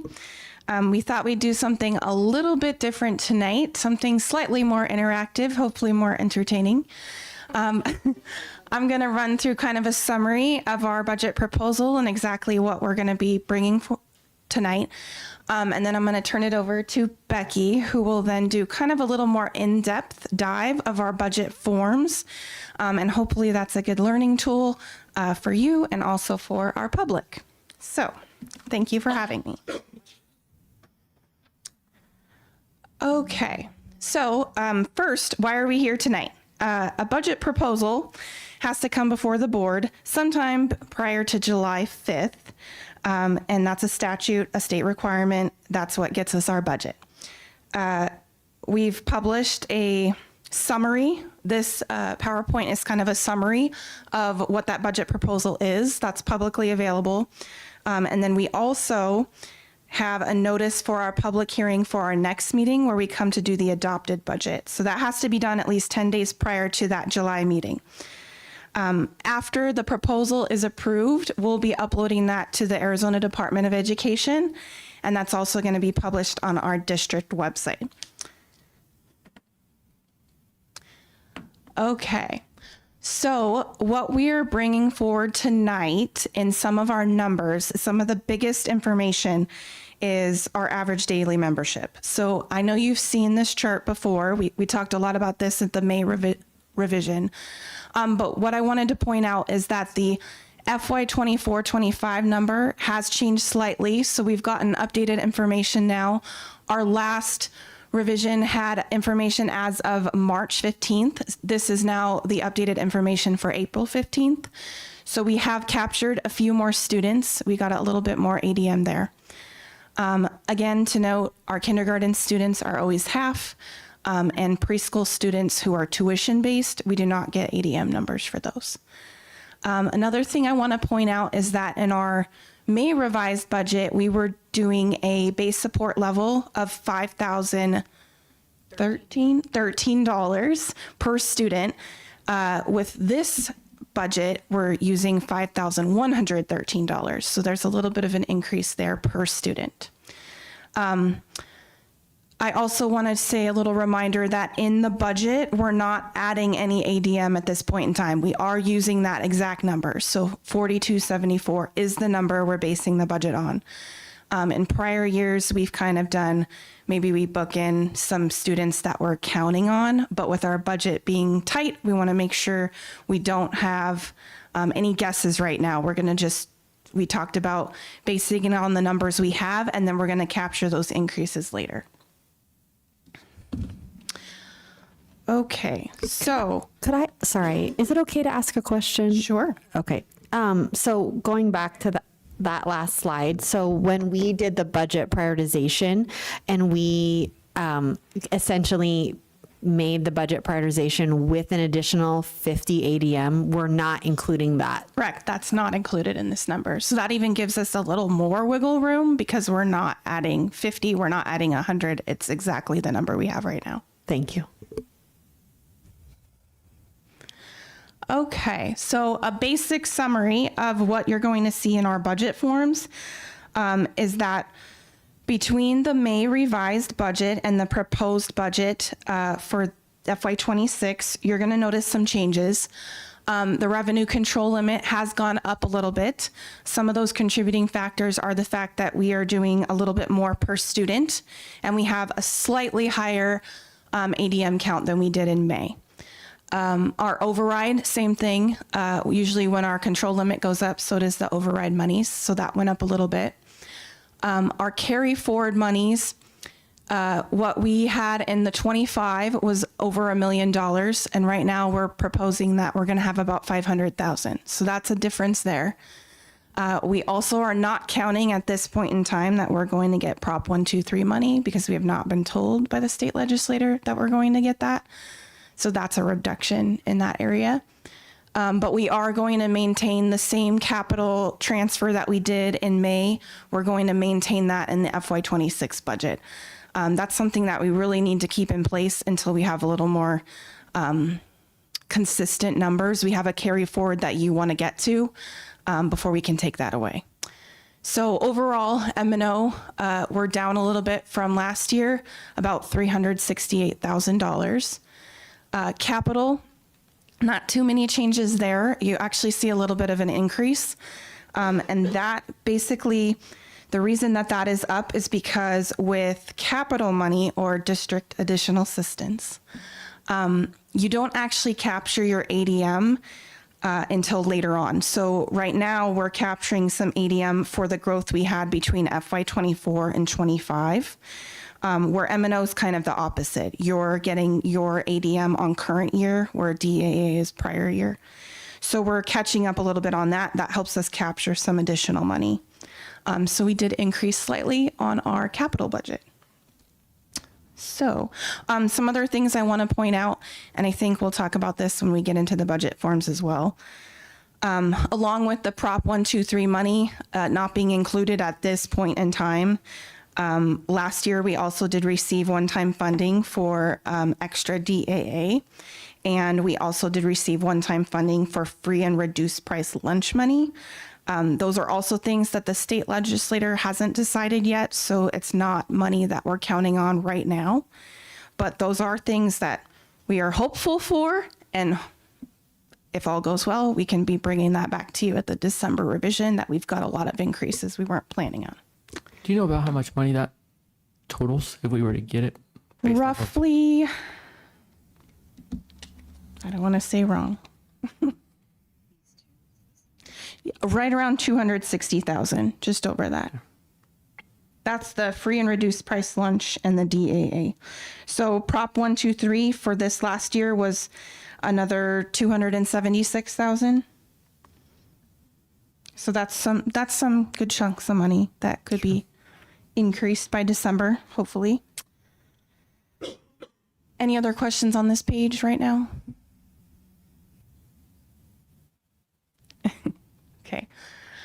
Okay, so what I also wanted to go over is we spent a lot of time throughout the spring discussing things that we would reduce, doing your priorities and going through all the work and the exercise of doing that.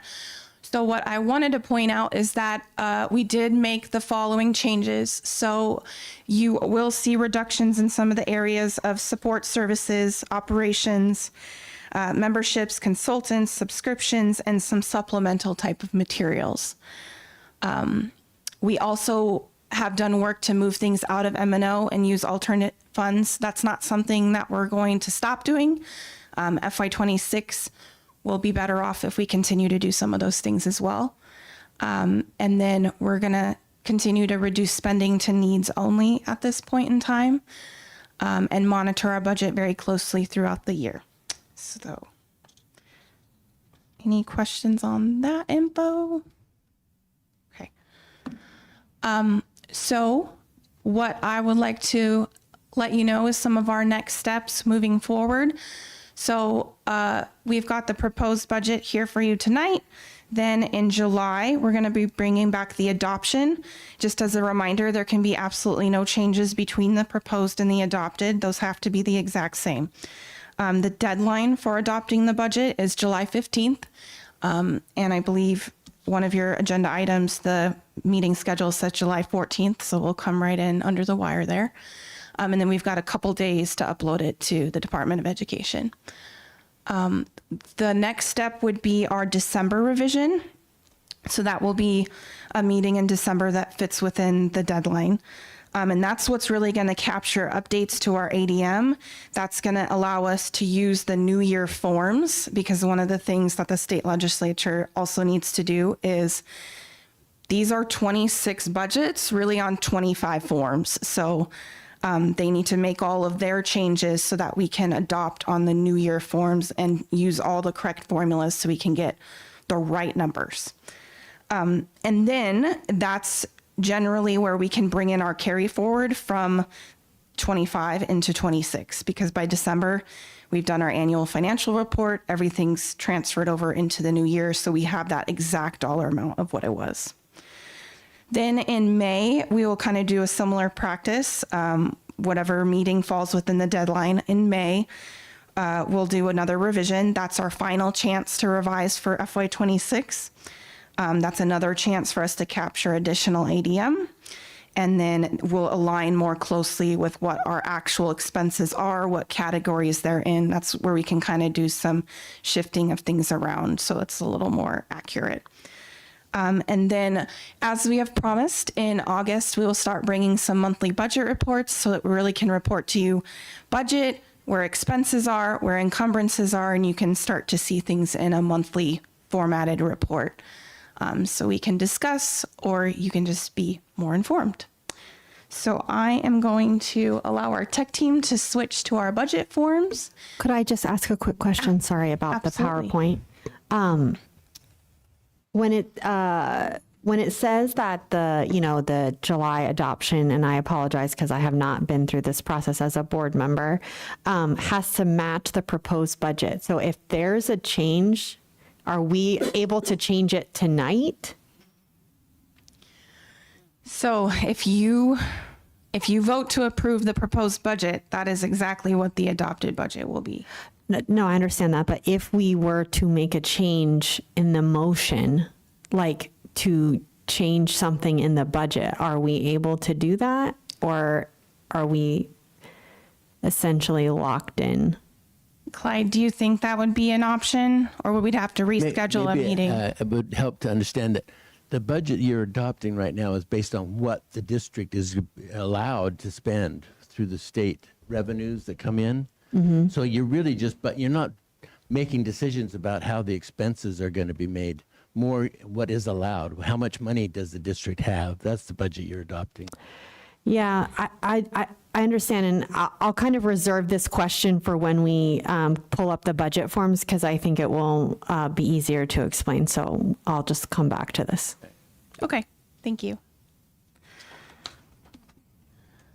Okay. Do you want to draw in? Sure. Well, they have to do the tabs, but I can. Oh,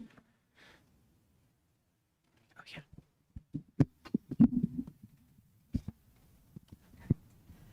Good evening, everyone. So I've been asked to go a little more individual tabs of the budget so that everyone has more of an understanding of how this budget was put together. If we can start with the tab at the bottom that says calculations, it's to the far right. There you go. This is and then if you can scroll down for me, keep going, right there, that'd be great. So this is where the calculation is done for the carry forward. And we're basically saying that we're projecting to have about a 500,000 carry forward. So that's the first piece of our budget. If you can move to the data entry tab for me. This is our student attendance. This is what your budget is really based on, is your student attendance. It's so important. Each site does their attendance daily and keeps accurate attendance, because this is what drives your budget and how much money you get. If you notice at the very top, okay, I was going to say that didn't look right. Yeah, we got the right budget now. Yes. Okay. So if you could scroll up so they can see that we are basing this, as Crystal said, on $5,113 per ADM. And then we put in our attendance for 2024 and then 2025. And then what we're projecting for 26. And as Crystal said, we're projecting on the same number as 26, because we are concerned about the number of 8th graders graduating out and the number of kindergartners coming in. We want to make sure that we have enough ADM to cover that before we start into growth. So because we had the opportunity in December to adjust and again in May to adjust, we didn't want to inflate at this point and have to reduce later on. So that's why we chose to do this. So if you can scroll down for me. This is the number of our special ed students, our ELL students. We get additional funding for them because we get additional multipliers for them. Because the state recognizes that it costs more to educate those students, they allow us to have a higher multiplier for those students. Then we come down to the TEI. Our district has a 1.0 TEI, which means that our teachers they're not longevity in the district because the state does recognize that districts with a lot of teachers with a lot of longevity cost more. They will get a higher TEI. This district at this point does not have that. So we have a 1 TEI, which means a TEI is Teacher Experience Index, and that is done in October every year. The state requires us to do what's called the SDER report, which is the School District Employee Report, and that's where we put in how many teachers we have, how many years of experience they have, and also our classified people and how many positions we have. And that gives us our TEI. Okay? Then we are also allowed to ask for reimbursement for our cost of our audit, so we can add that in. And then for transportation, we get 25 days that we can claim the mileage that all of our buses go to go out and pick up the students and the number of miles they go. So they claim the miles they drive and the number of students they pick up and drop off that day. They add that up, divide it by 25, and that's what we put in here to claim for our transportation. Okay, if we can go on down. This is where we put in our primary assessed value, and this helps the state know how much they're going to pay for what it costs to run the district and how much our taxpayers have to pay. So that's part of the assessed value. And then again, comes in our budget, what we have expended in the current year for FY25 expenditures, so that the formula knows what our carry forward will be. I believe that's the end. If you can go on down and let's just make sure. All right. Yeah.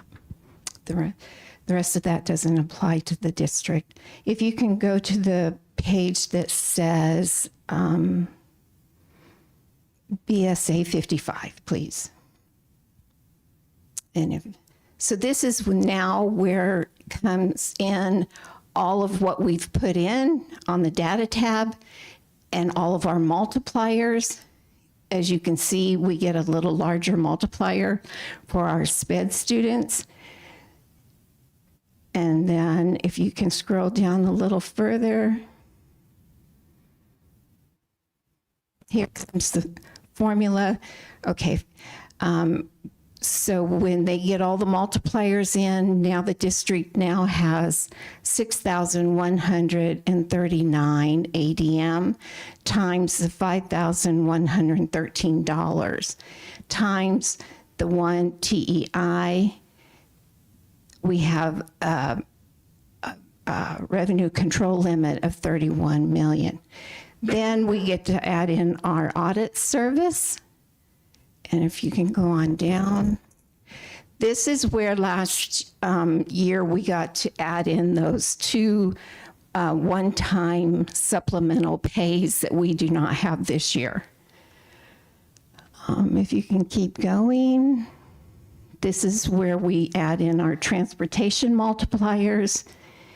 And then we have, keep on going down, we'll find our DAA. This is our District Additional Assistance. And as you see, we have our FY25 ADM and our FY24 ADM. We won't see 26 until next year. They always pay a year behind for your capital. And so our total capital is the $2,328,000.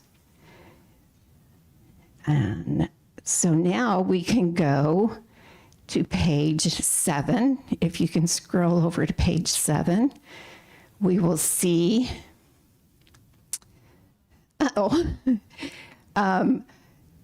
we can see the line that says maintenance on operation.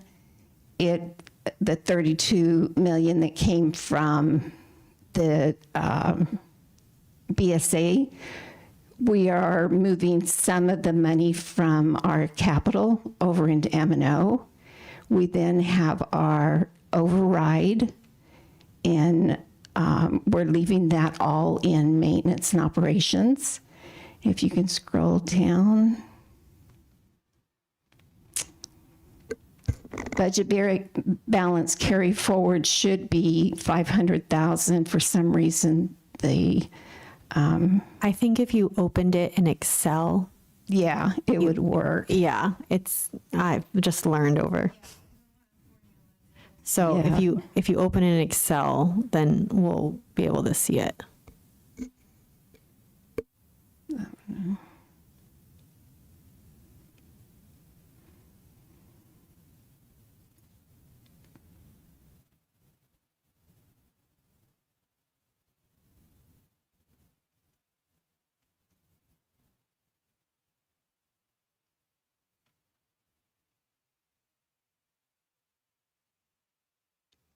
I think it's the very top one. There we go. Thank you. All right. And there we have our total at the bottom. And it is less this year, again, because of the fact that we have the $500,000 less in carry forward. We're not getting the 2 one-time payments, and the Prop 123 has not been given to us yet. So keep that in mind, and that's why if you go down to the very bottom for me, you'll see that that number is that Crystal stated earlier, about $300,000 less, even though we're getting more money per ADM. If you go to page 8 for me, this is the capital page, and we had, it takes into consideration what we had last year, what we project we will spend this year, the new amount on line 11 that we will get this year. And so our new capital amount will be the 2.6 million. If you can go to page 6 for me. This is our grants page and our cash controlled funds over here on this side. Food services in here, Civic Center, all of the cash controlled funds.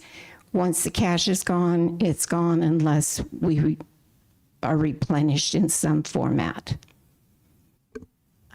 Mr. Todd, am I able to ask questions as we get to the pages that I have questions about? Is that okay? Yep. Okay. So we're kind of working a little bit backwards, just. Yes. Okay. So on here, on this page, I, like you kind of pointed out, I just want, obviously the board's aware, but the public to be aware that, you know, Title I funds are dropping significantly. Yes. And so, you know, as we, by $1 million, so it's hard for people to see. So that's a lot of money that we need to account for in the budget for things that we normally use Title I money for. The other question, you know, makes more sense now about food service, talking about those one-time funds, but looks like food service is down almost $1 million.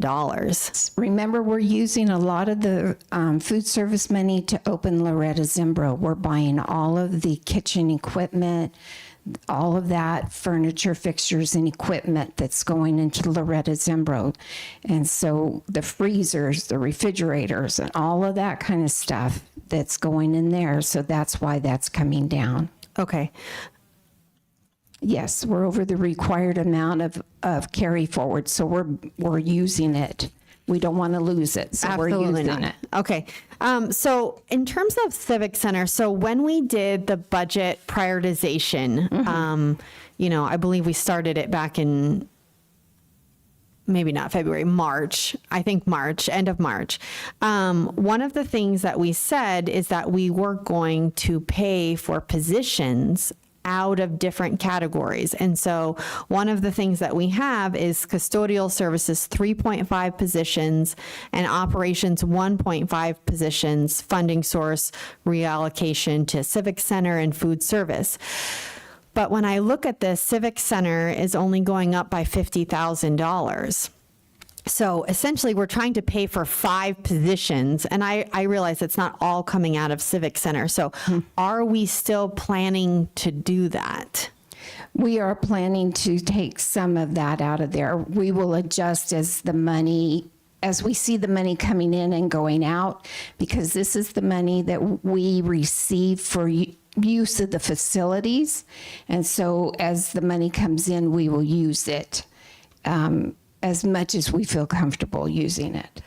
So, you know, my concern is that we accounted for taking that many positions out of M&O, right, when the board did the prioritization. And so I don't know if it's appropriate for me to ask to go to page 1, but there you will see the different positions, and I don't see the reduction of 5 from essentially the operation of the plant. So my concern is that we set ourselves up to be able to fulfill what the budget is asking. And so if the board removed 5 positions from M&O, but it's not reflected here, then my concern is we're not going to be able to do that. Okay, thank you.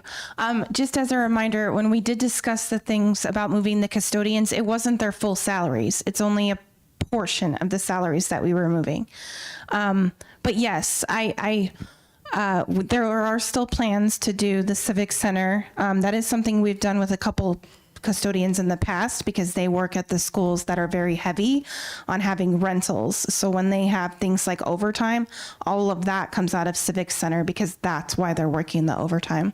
So there is still plans to do that, yes. Okay, because in the budget prioritization, it says that it's $231,000. So if that wasn't the plan, then I feel like the board has to look at this prioritization again to make it match with the budget, because my concern is we're counting on losing $231,000. I'm just using this as an example right now from M&O, and if we're not going to be able to do that, then we need to be able to either make cuts or change where our prioritization is.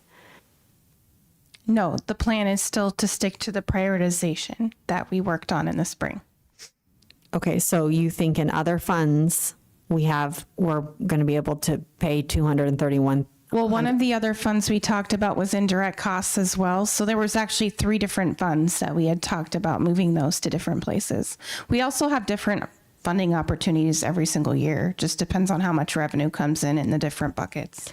Okay, so if we go back to page, whatever page we were just on, sorry, it's different. The PDF that was uploaded is different than this, so I just don't have the correct pages for this. The indirect costs are going down significantly from the prior year. So I'm just concerned about if we're not budgeting it for those in those categories, where is it going to get budgeted?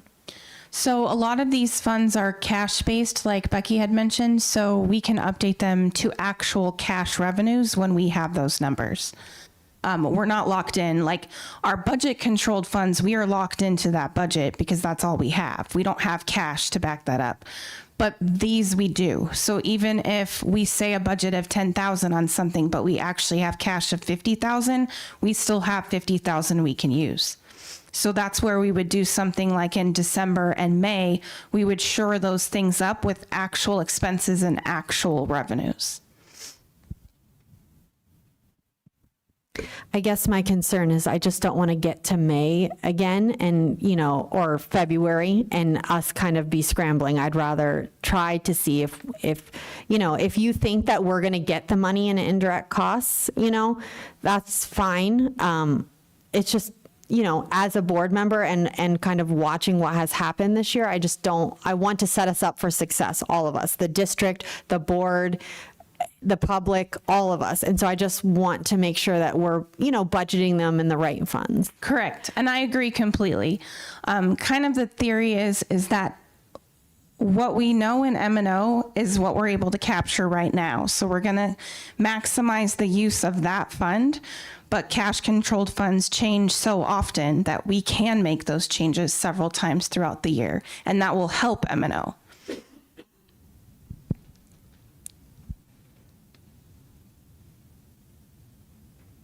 Okay, sorry. Okay, let's go on to page 5. And this is our capital funds and bond fund, our new school fund. And as you see, the bond fund has been used quite a bit this year, opening Loretta Zimbro, as well as the new school funds. And also the Adjacent Ways Fund has been used for the transportation facility as well as Loretta Zimbro. So you see all of those funds coming down because they're being used for construction. Do you have any questions about those? Sorry. Yeah, I have a couple questions, and this is it's on page 1 or 2. Sorry, the pages are different, but this document, I went back and looked at old proposed budgets or adopted budgets, I guess, those are what's posted, it has a line for maintained spending after fiscal year 26, this budget carry forward. Oh, sorry, I'm not on the same page. I really apologize. It was page 5 in the PDF. Yes, sorry. Is it okay if we discuss this or no? Do you want to wait till you get there? No, this is fine. This is the capital, which is also on page 5, the very first 2 columns. So yes, this is the capital budget where we're projecting some of the, or most of the expenses will be. And we are projecting about $1 million carry forward. Is that a new line? Yes, it is. Okay. I'm greatly in favor of the new line. I think it provides a ton of transparency and accountability. So I'm so happy to see that. I think that's very helpful for school boards. My question is, what under property, what do we think we're going to be spending? Is that furniture? Yes, furniture, fixtures, and equipment. Okay. Is under property. Okay. I guess this is where I'll kind of make my personal comment, is that I was not aware that we were going to continue, I guess, to transfer $700,000 from capital. I thought that was a one-time thing.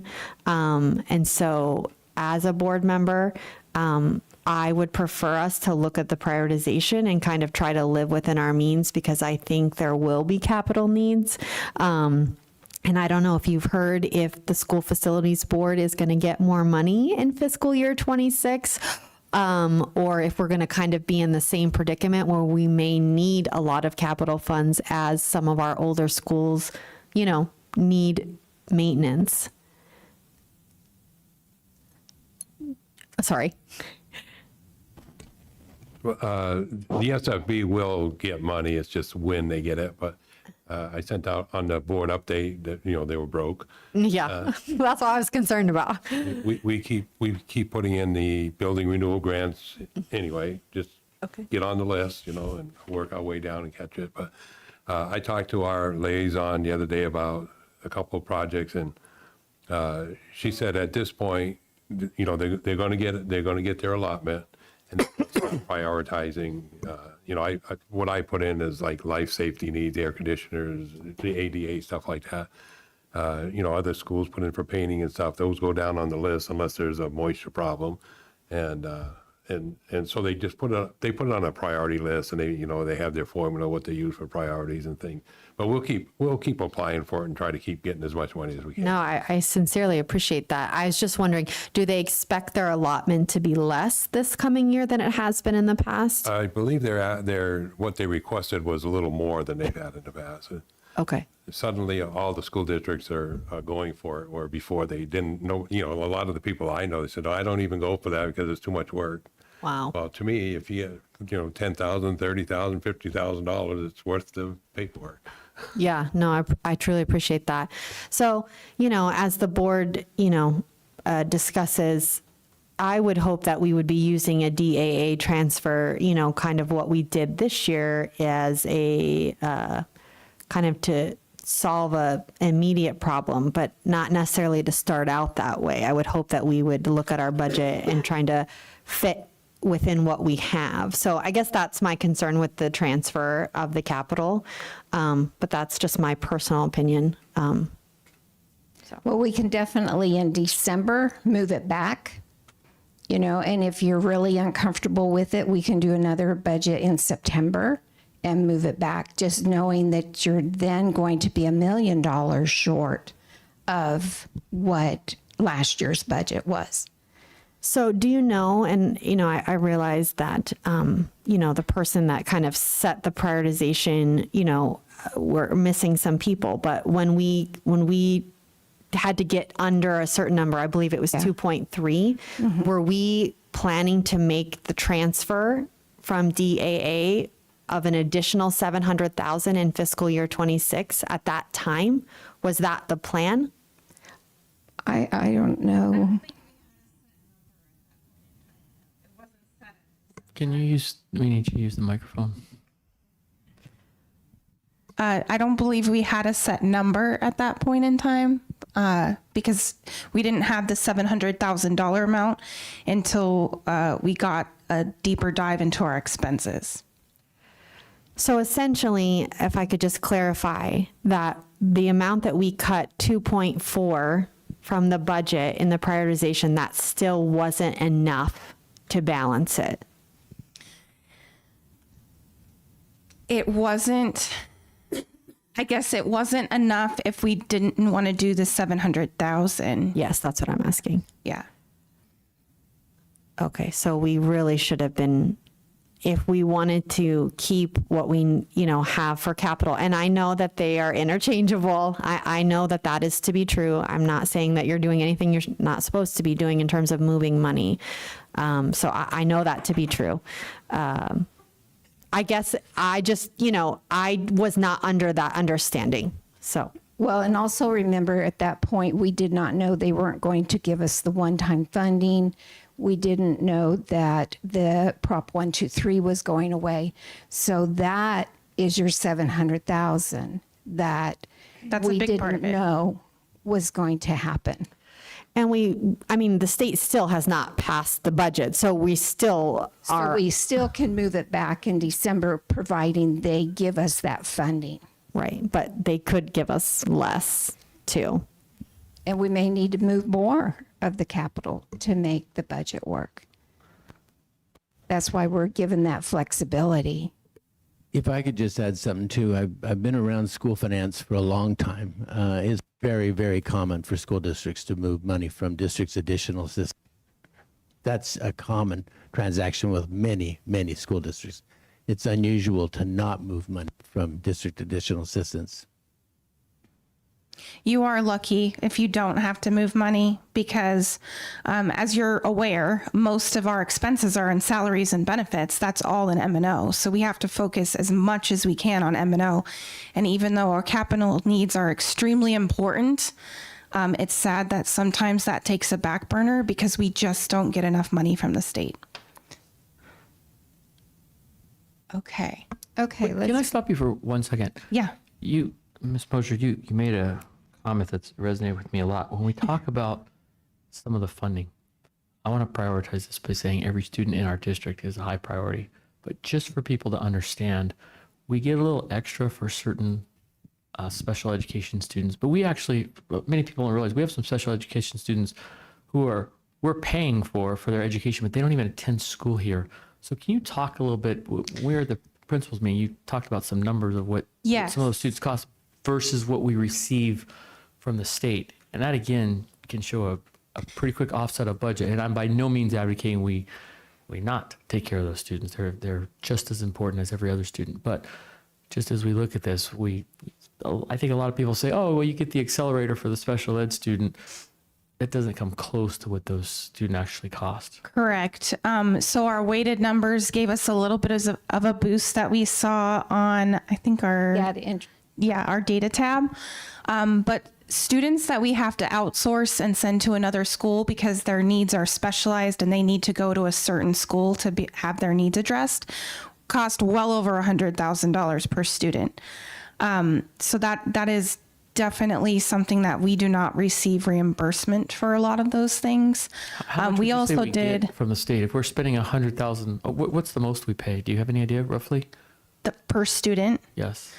Like I'd say this year we have students that were 125, 130,000. And what do we get from the state for those students? So the calculation, what did we do earlier? Yeah, 6,000. We also did a quick calculation earlier. Basically our SPED budget right now, if we were to break that down per SPED student, they each cost roughly $14,000, where our regular ed students were only getting about $5,000. Like we just said, we get maybe $6,000, $7,000 for a SPED student, but they cost much more than that. So again, I just want to clarify. We absolutely want to and must take care of those students. There's no question about that. But as you look at budgets, people wonder where things are going. We say education's expensive. It is. You're getting $6,000 for $130,000. It's a great deal if you're a state legislator. That's a good investment, but it doesn't work so well on the receiving end of the district. So it adds up quickly. We've got how many of those students? Probably 10 or so. Outsourced students, it depends on the year. So this year we were relatively lucky. We only had maybe like 4 or 5, would you say? But we do have some that we pay for our Sierra schools. We do have some for there. That easily is over $1 million on its own. So one thing I want to point out too is that we do live in an area where we have a lot of charter schools. Charter schools typically are able to pick the students that can attend. So public schools can't pick.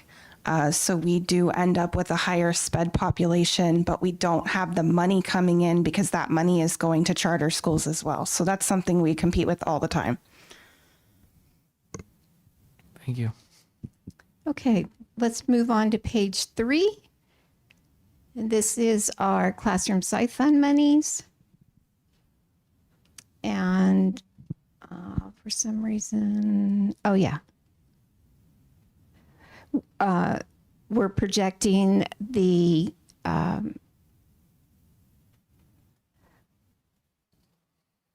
unexpected. Okay. I'm sorry. The actual expenditures, and then we'll have a carry forward, and then our new amount per for ADE is $842. So it went up just a little bit from last year. So that all goes to the teachers.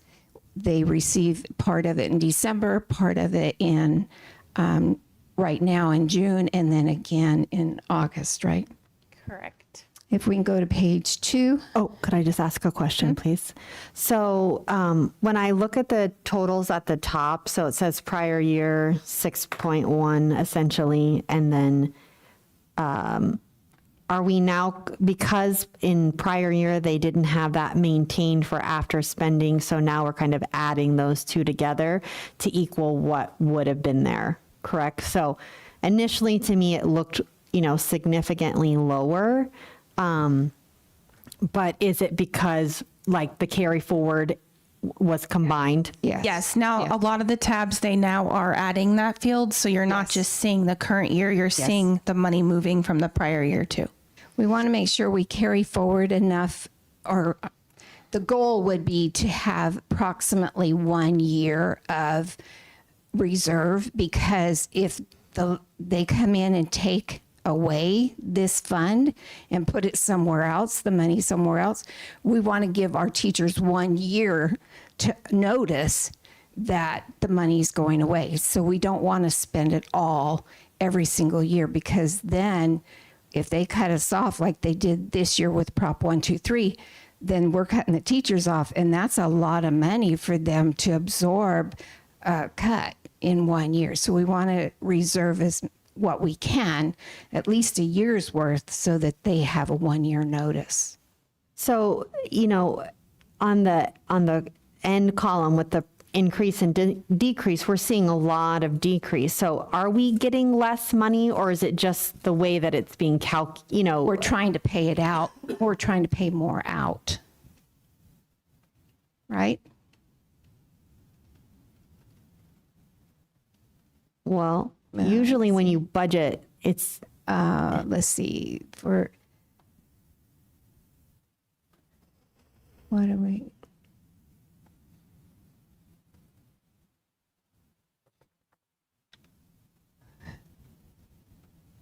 Prior year we had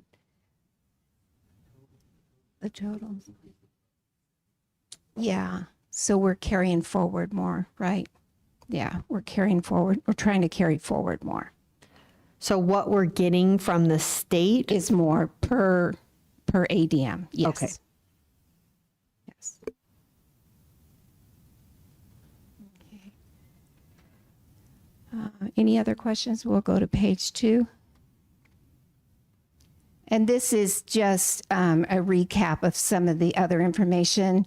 I think the only, we have to state in here kind of how we're spending the SPED money, our audit expense, and then we have to help support the food service program. There's a formula that we have to follow on how much we have to support the food service program out of M&O, and so that's our support there. And we use that generally in utilities and trash and that kind of stuff. The M&O pays for that to support the food service program. So if we can go to page 1 now. And this is the overall budget. The top part is regular education down to line 14. Line 15 through 24 is our special education. Then line 25 is our transportation cost. And then if you go on down, we have K-3 reading on line 29, and then our projected carry forward on line 31, and then our totals on line 32. Any questions? Okay, so I have several questions about this. So, and I apologize if I jump all over the place, but one of the questions that I had asked is, where do different kind of job titles fall, so that it's clear where we made the cuts as a board. So one of the things that we said is that we were going to reduce psychologists by 1.5. And so when I asked, psychologists fall under students, and that number, that FTEs is the same this year as it was last year. So this is just one example, and of are we matching the cuts that we made in FTEs to the budget form? So yes, in a lot of areas, we have kind of put in new estimates, including some of those reductions. But these are just estimates, really. They're not set in stone. A lot of the thing is that FTE is mainly controlled by human resources, where finance does the budget. So we do the best we can to put the FTEs where they belong, but that's not actually the number of people that we're hiring. That's more controlled by HR. Ms. Zimmerman, what line are you talking about? You're talking about line 10? I am on line 26, so I'm talking, or 16, sorry, the numbers next, I got you now. okay. Because there's another student one on line 10 that the FT did drop. So I don't know if they were in the wrong spot. Yeah, I was talking about special education, and I asked specifically if psychologists fell under special education or regular education. So I guess as a board member, it's hard for me to not have the FTEs match, because if we're approving the budget and we're saying we're going to have this many, we're basically giving the okay to the district to hire them.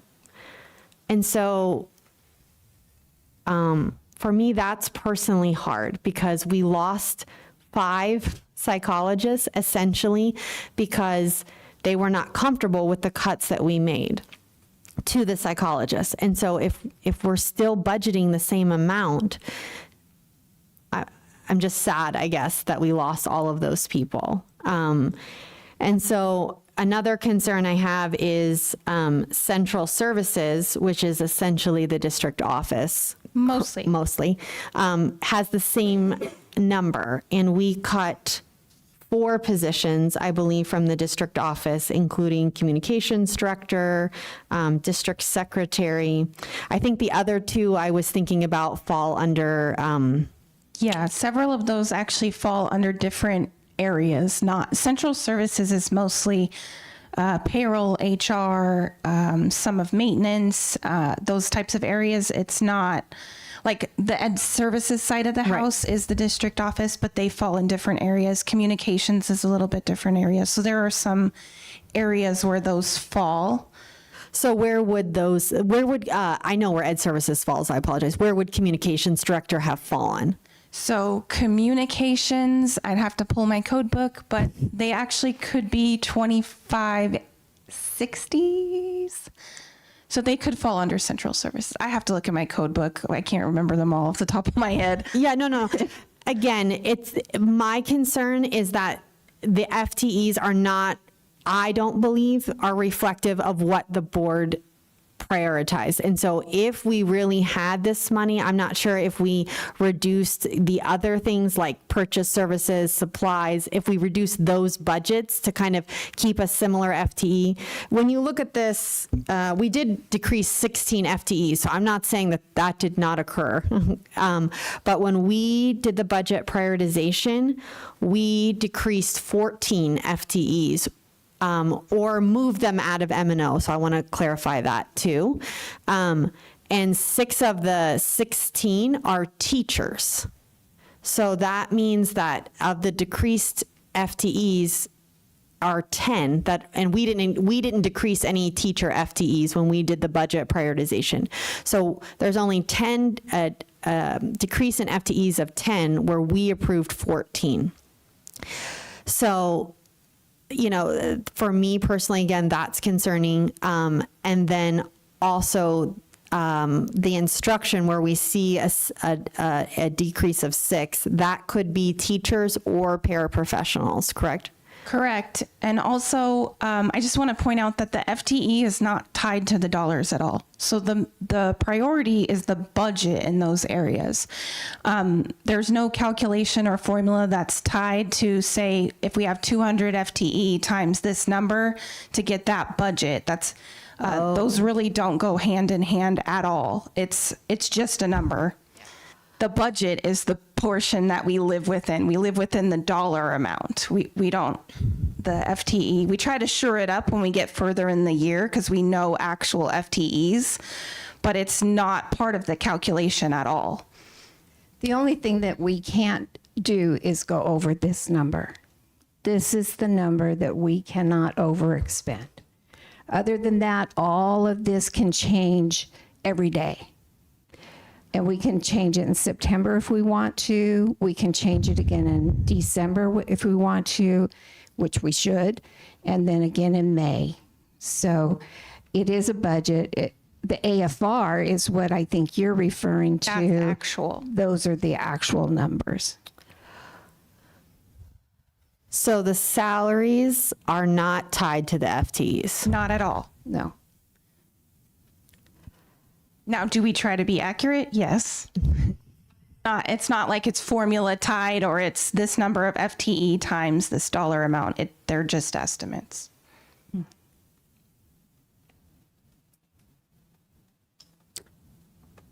I'll ask one final, or not maybe a final, but one more question about this, and then I'll give everybody else a chance. The line 43, maintain for spending after fiscal year 26. Is that an opportunity for, and I'm not saying we're going to do this, I'm just asking a question. Is it an opportunity for the board to say how much reserve we would like to carry forward into the following year? So if we said we want that number to be 750,000 to increase the carry forward that we had this year, would that be the place that we would do that? Yes, but just know that if you make that a mandate from us in the finance department, you also have to be able to allow us to lay people off or cancel orders or whatever we have to do on our side to make that work. Right. I'm not asking for that. I'm just asking clarifying questions since it's a new line item. Yes. And I agree. It's something that the board would need to do prior in terms of our budget prioritization. Yeah. Can I ask you on carryover? The state really is not, my understanding, they're not real excited about large carryover numbers. In fact, in years past, they've even limited what can be carried Yes. over. So we need to be very cautious. They want to see us spending this money every year with very limited carryover moving forward, correct, each year? Well, carry forward's a very touchy thing because you want to have a nice carry forward, but not excessive. Because if this district needs to be looking forward to selling bonds, and the bonding companies want to see that you have a carry forward, but you don't want to have an excessive carry forward because then the state's saying, well, then you've got plenty to run on. Why are you asking for more? So it's a very fine line of what's enough and what's too much.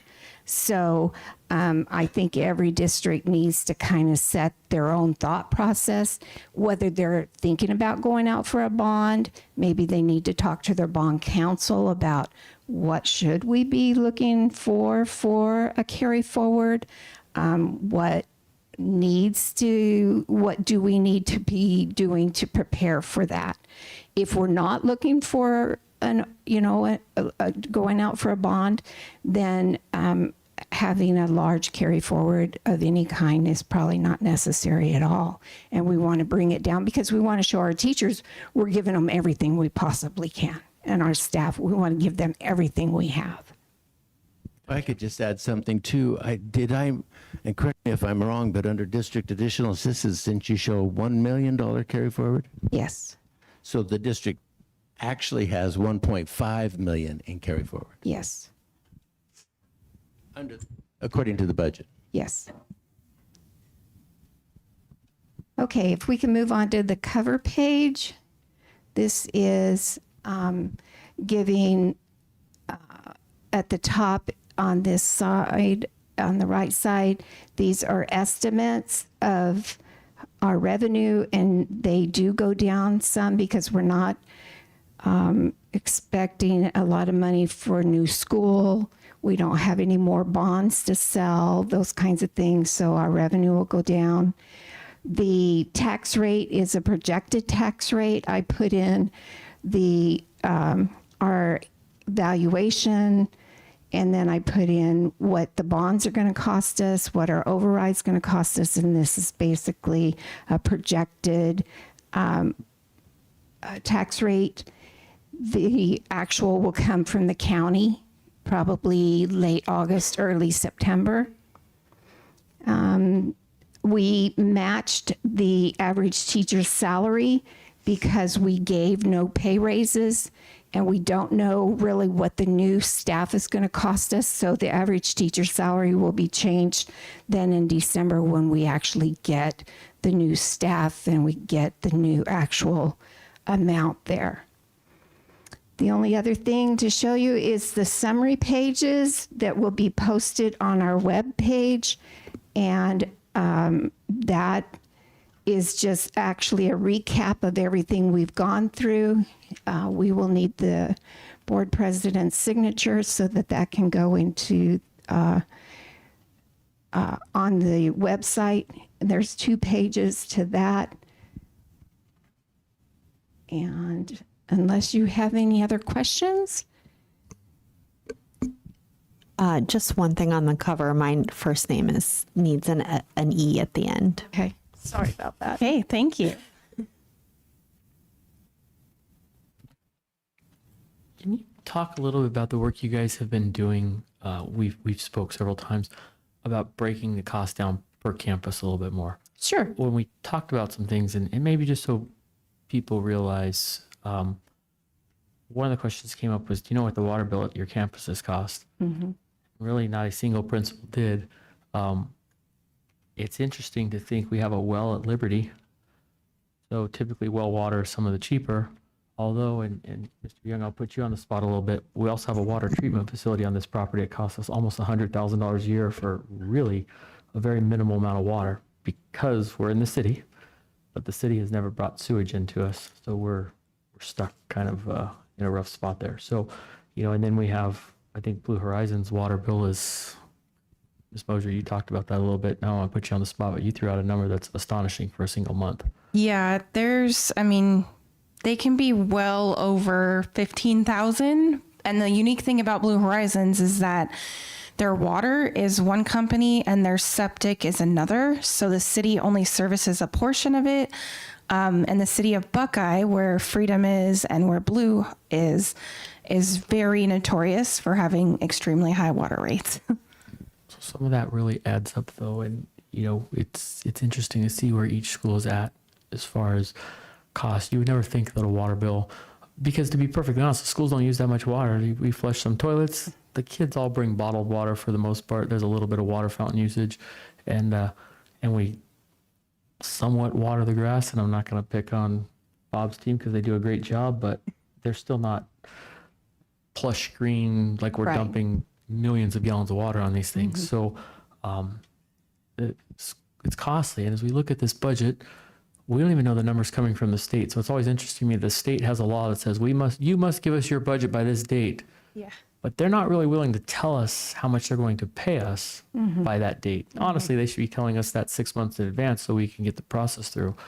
That's why these budget revisions are going to happen, just as in a corporation, as in a school. Very, very common to do a December revision.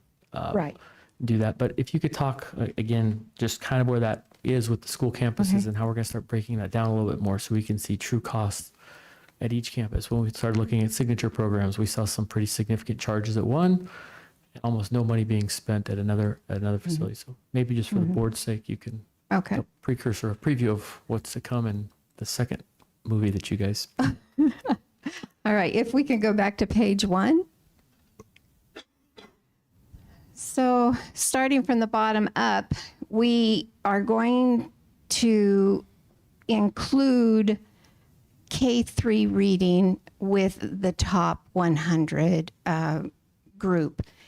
But we have to leave transportation unto itself because they have to have their own budget because they pay for their own fuel and all of that. So we're going to leave transportation alone.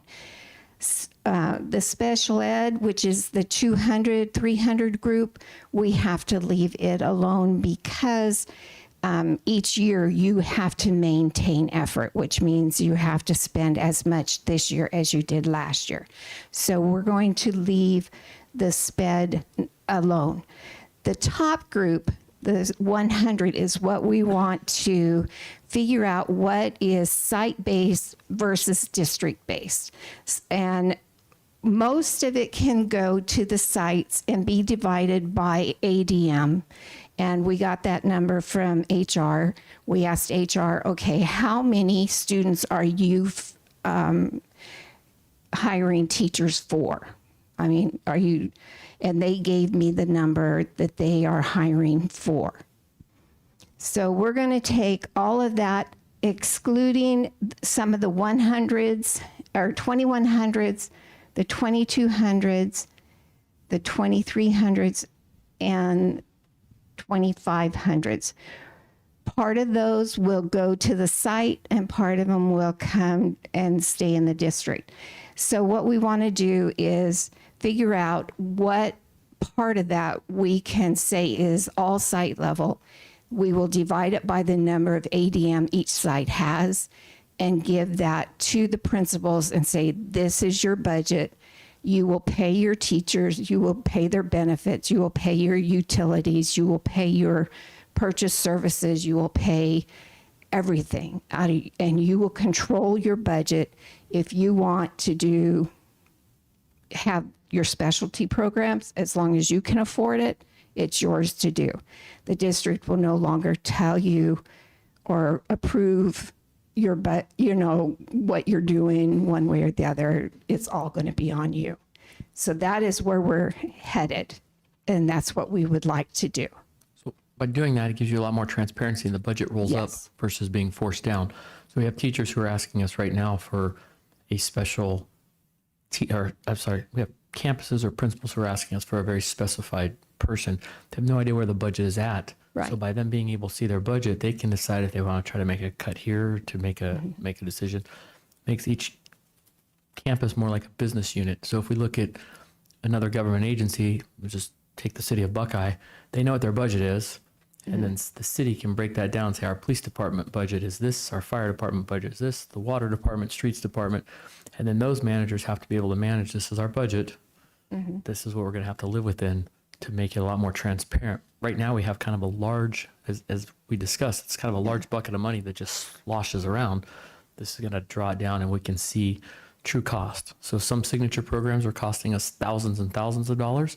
They require additional staff. They require additional training, where others are spending about $5,000 a year. So we have a great,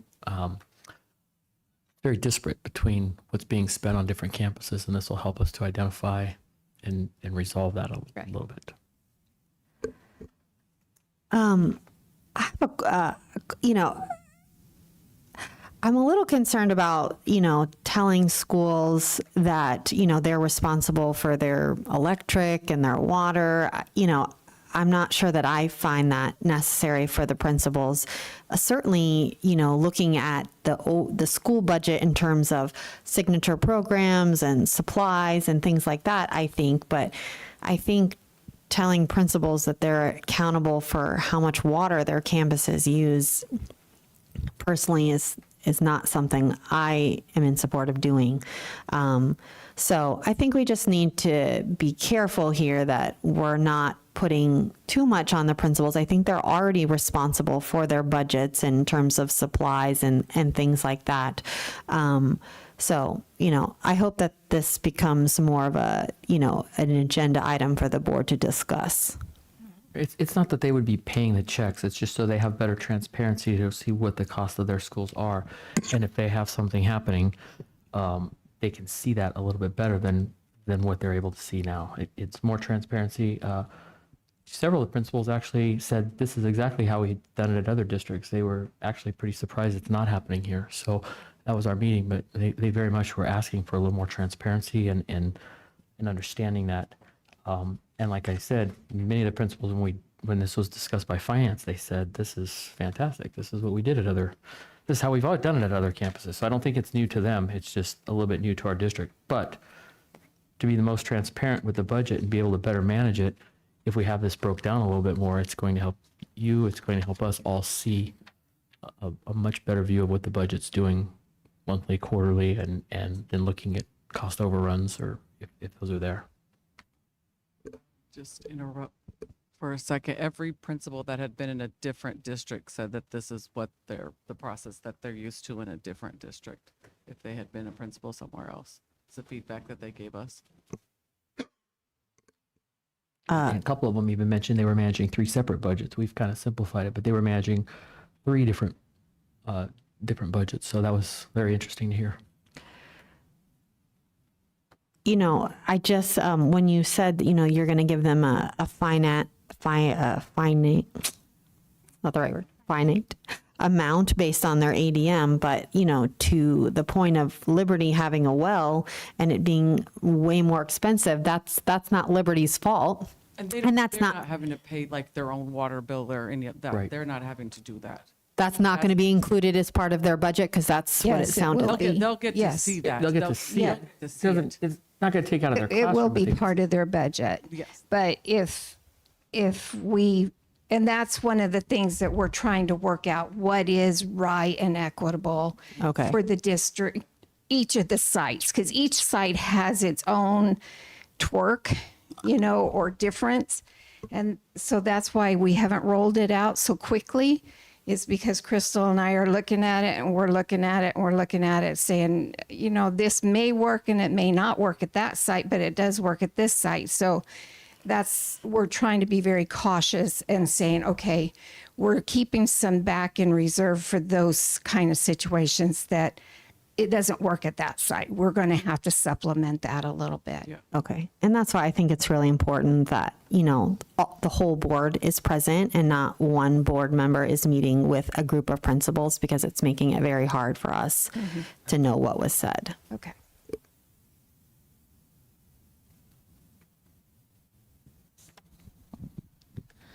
Okay, any questions for either of us before we kind of wrap up?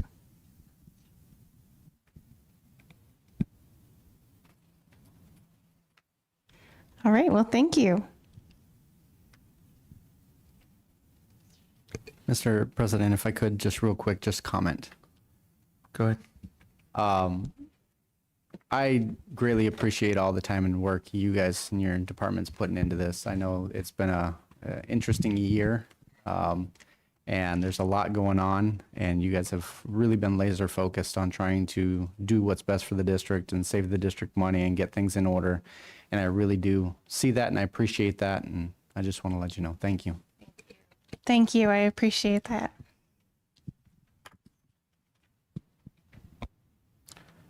Okay, members, we can take a motion in a second. Mr. President, motion to approve the fiscal year 2025-2026 proposed annual school district expenditure budget. And I will second. We have a motion, a second, to approve the 2025-26 proposed annual school district expenditure budget. If there's no further discussion, we'll take the vote. Board Member Schmidt, Aye. Board Member Zimmerman,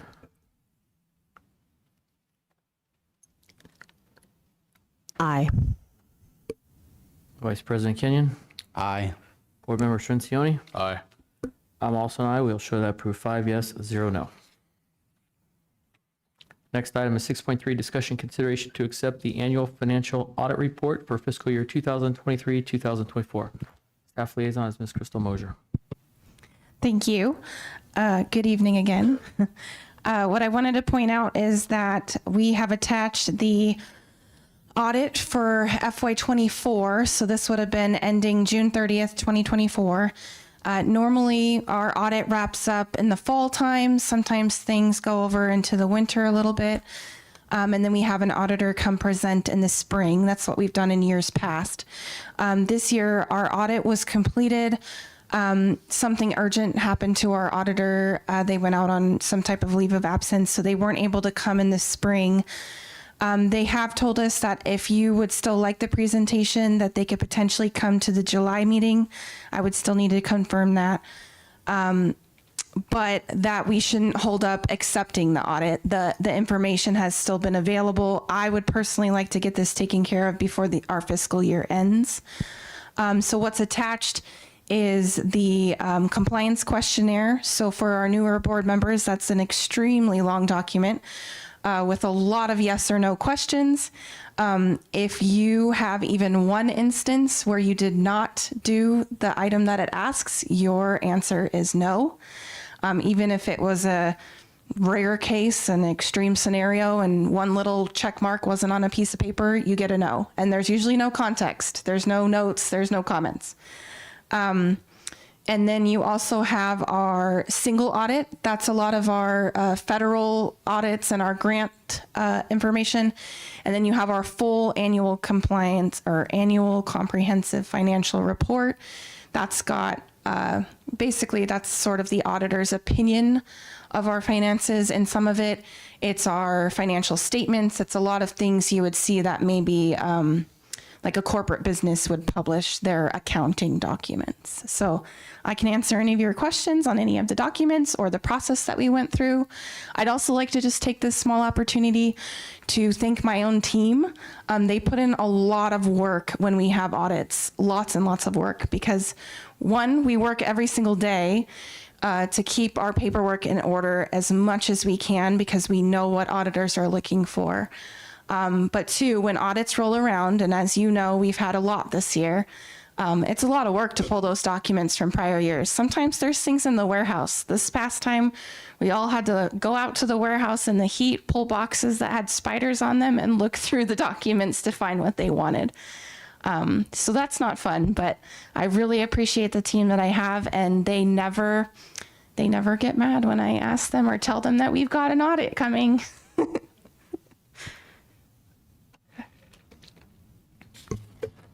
Mr. President, I have a question. So I tried to be specific. I said page 12 of the document and page 6 of the report. So I hope that is helpful when we're looking at what I'm asking. But it says it's several pages, lots of pages, and it says management's discussion and analysis. Was that written by the district? Yes and no. The actual words were written by the auditors, but what they use to prepare that information is interviews that they do with district employees. So they would have done some type of basic interview with usually superintendent, whoever was the business manager or in charge of the audit at the time, and also staff members. So usually several people from my office get some type of interview done in the different areas. Like HR, payroll, different employees in that group get asked questions that all go into that document. Okay. So on page 33 of the document, and so I believe it's that first document, right? Is this the big one? That's the long one. Yeah. Okay. So on page 33, but it's going to say page 26 of the report. So this is for fiscal year 24. I just want to remind people that this is not for this past school year, but the whole school year before. It says that, it's giving some explanation about why, funds are going down. And it says, due to the renovation of existing schools and construction of a new school, but there were no new schools constructed in fiscal year 24.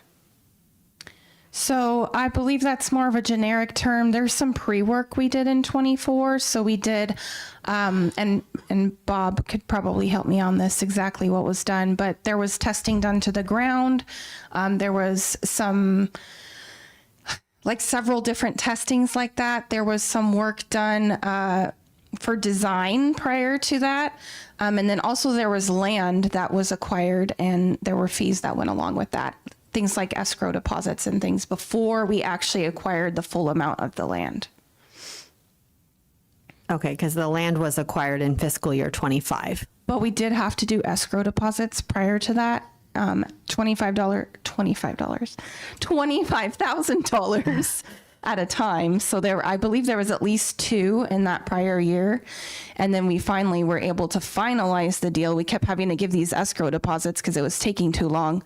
And then we did that big lump sum to actually pay for the rest of the land in the next year. Right. Okay.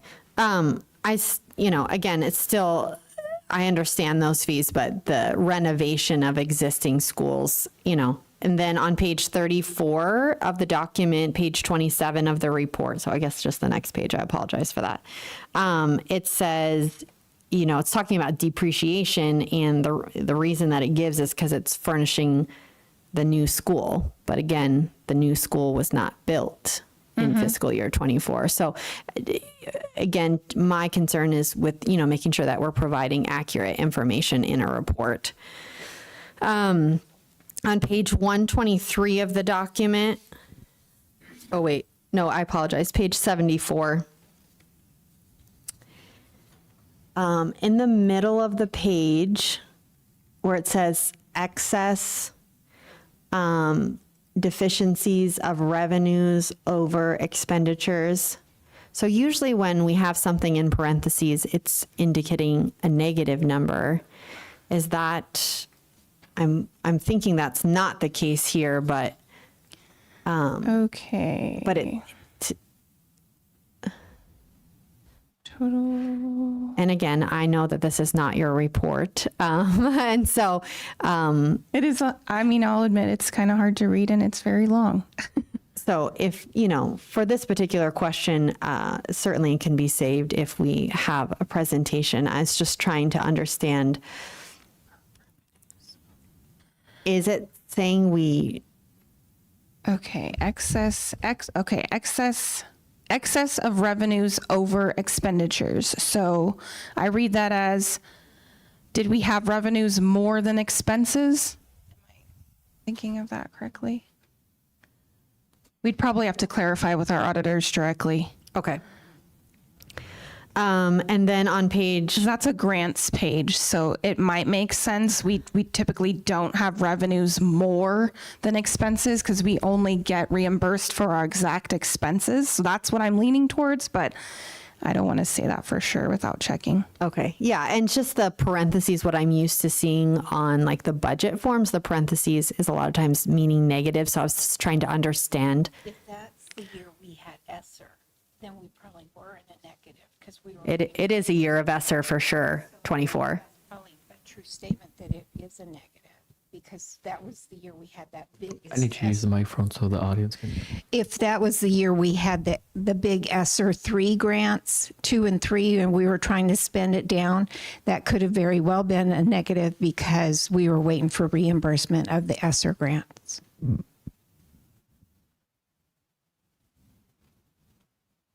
Thank you. And then on page 123, I just found this page to be interesting because it's showing the operating expenditures for each of the last 10 years and also your ADM. And so, I think this is where, the district struggled with not having an increase in ADM, but a significant increase in the operating expenditures from the prior year. And then on the next page on 124, again, I'm just highlighting for the public's sake, the capacity of 2024. So we have at that time, that's prior to the new school, we had capacity for 5,762 students, and we only had enrolled 4,191. So it sure seems at the time that there's a lot of capacity.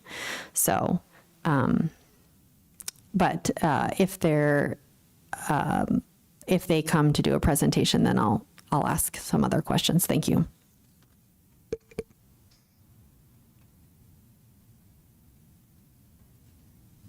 Any other questions? Mr. President. Okay. I did see in here kind of the certificate, and I lost it now. I was trying to follow things.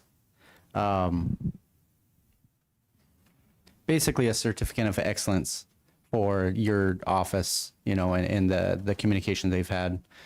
And I just want to highlight that you guys do a outstanding job. And I know that's a lot of work, and there's been quite a few audits, and it's very time intensive. I would ask maybe if we can get with IT and see if we can get all those pages scanned in so they're all electronic instead of you're dealing with scorpions and black widows back there. But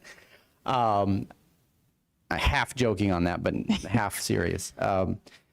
But I really do want to thank you guys for everything that you've done. You've put a lot of time and effort into this, and when they come back and they give you an award of certificate of excellence, you know, for the communication and going back and forth and getting everything that they're asking for, thank you for that. Thank you.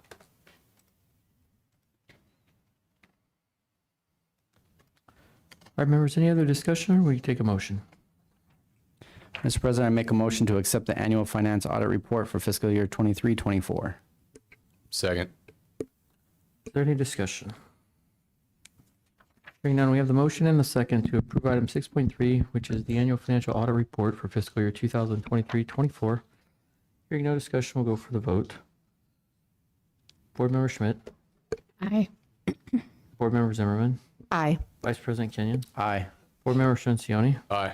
I'm also an aye. I will show that approved 5 yes, 0 no.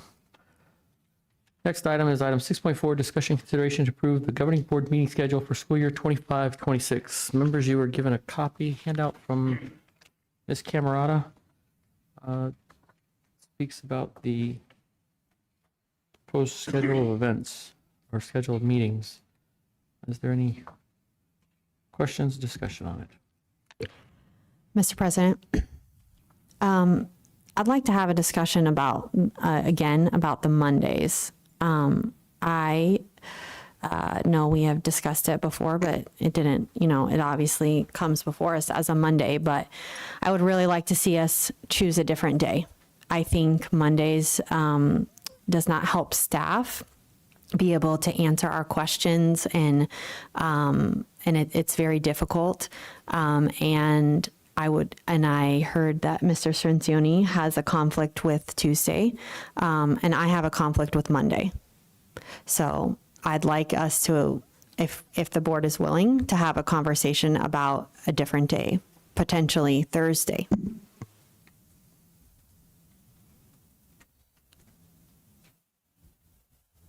I'm willing to take discussions. I think staff is not going to like Thursdays because that's their Friday, and we're going to be holding here very late on Thursdays. Mr. President, I would be in favor of leaving it on Mondays. Previously, I had stated Mondays or Tuesdays. Looking at my calendar and looking at what other different things that are happening around here, I would prefer it remain on Mondays. Okay, Mr. Strencioni, you have any thoughts? Yeah, Tuesdays are just bad for me. Okay. Tuesdays are fairly rough for me. Ms. Schmidt, any thoughts? The day of the week, it's hard at this point because, you know, schedules change and the next school year comes around and things change. But we do know that some things are consistent. We do know that athletics happen on Mondays in this district, which makes it difficult for parents of the district to be able to attend board meetings and their children's athletic events. So for me, that's something that we should take into consideration. We want community involvement. We want parents to be at meetings, and putting it at the same time as their children's sporting events, you're making them choose a meeting over their child, which, you know, I know where I would be. If I wasn't required to be at a meeting, I would be at my child's event. So I think that's something that we need to think about. I understand. I think any day of the week is going to offer some conflicts to some of us at some point. It's just the nature of life and being busy and having children and jobs and all of those things. So taking into account the things that we do know that happen consistently on the same day is what we should be thinking about. I understand your thought about Thursday and it being the district employees' Fridays and they not want to be here late. And I can commiserate with that as well. But Thursday would give them more opportunity to answer our questions before meeting times and not having to try to work over the weekend, potentially. So I think there's pluses and minuses, pros and cons for all the days of the week.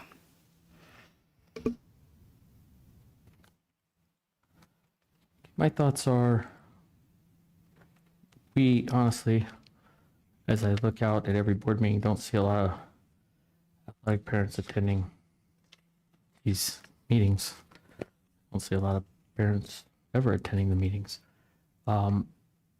Mondays have been the tradition in this district for a long number of years, and I realize we've moved sports, but we have other events that happen on other nights. As we continue to grow, we're always going to have some conflicts of things that are happening.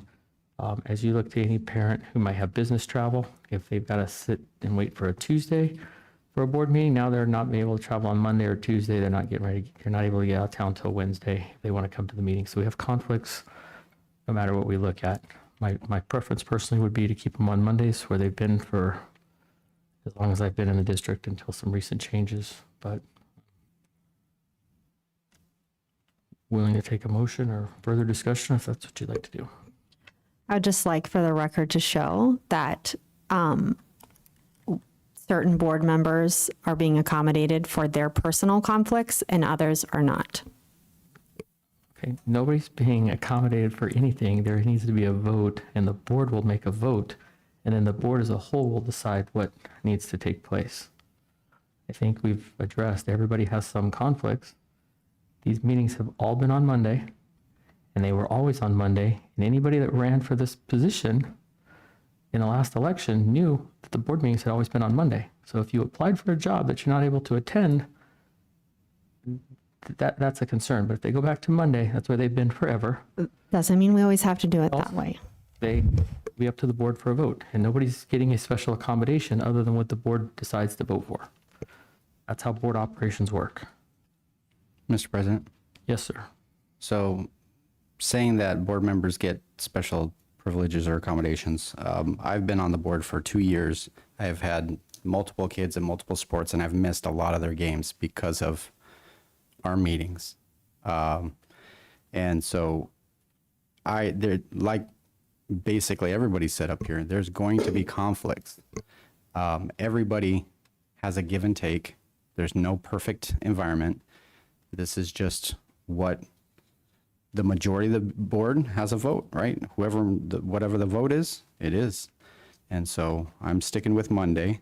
And I agree with President Todd that it has been the long-standing operations of this district to have board meetings, and it was actually in our policy to have board meetings on Mondays. President Todd, may I? You may. In front of you, you're going to have 2 calendar options. The first option, you're going to have Mondays only along with the work study session. The second calendar is identical to the first, other than a second special meeting has been added in that month. If you are no longer, if the board decides they do not need that second special meeting, it can be canceled. So when you make the motion, if you can please either list option 1 or option 2 as a preference. Thank you. And members, this shows Mondays. It can be any day. You can just move the circles over accordingly to wherever you need if we're looking at a different day other than Monday.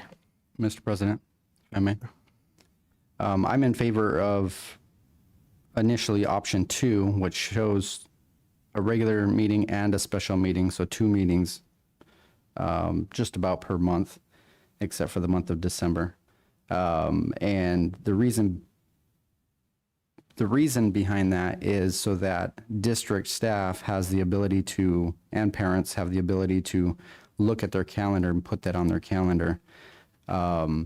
It's much harder for us just to spring a special meeting on staff, especially last minute, that hasn't been on their calendar and all of a sudden it shows up, rather than we have one on the calendar and it's easier to remove it if we don't need it. So just because of that, I would prefer option number 2. Can I ask a question? May. So when we say option 2 and it's a special meeting, does that mean that it doesn't include the typical parts of public comment and things like that? Special meetings never have included that. Okay, so I would be in favor of having 2 regular board meetings. If we're going to have 2 meetings and we're going to be making it more challenging for parents to come because of athletics, then I think we should give them 2 opportunities to come and make comment. It's not a special meeting because we're planning to have it. A special meeting is when we don't know if we're going to have one. Well, a special meeting is also like a work session, and that's kind of the idea behind these. It's also the ability to cancel it. If we don't have anything that we need to meet on, we can cancel that and free that night up for anybody who may have been planning on coming. If they're general meetings, they're a little more locked in stone.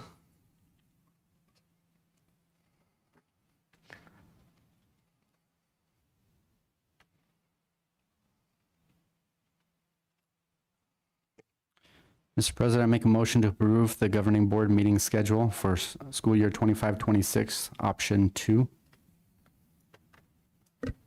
Second.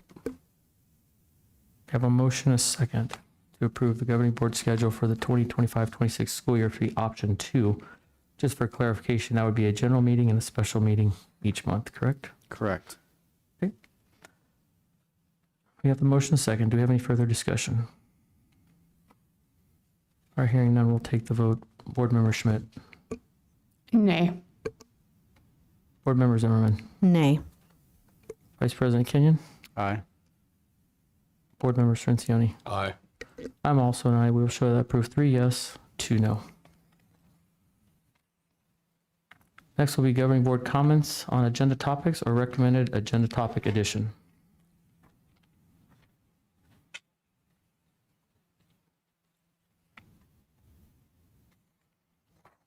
All right, we'll move to item 8.1, upcoming board meetings. Our next one is scheduled for Monday, July 14th, 2025 as a regular board meeting. Are we having a meeting on June 17th as discussed on Saturday? We are working to get that one done. I just don't have it completely confirmed yet. Do we, Minnie? Have we, Ms. Cameron, do we have that one totally confirmed with everybody? Okay. It's not completely confirmed with everybody, but we will continue to work for that. Mr. President, may You may. we should be having a possible virtual one coming up too, right? We will as soon as we know a date, but I can't announce the date until we have that, but hopefully we will get that with the ASA paperwork. All right, that concludes our business for the meeting. It's now 7:38. We'll show the meeting is adjourned.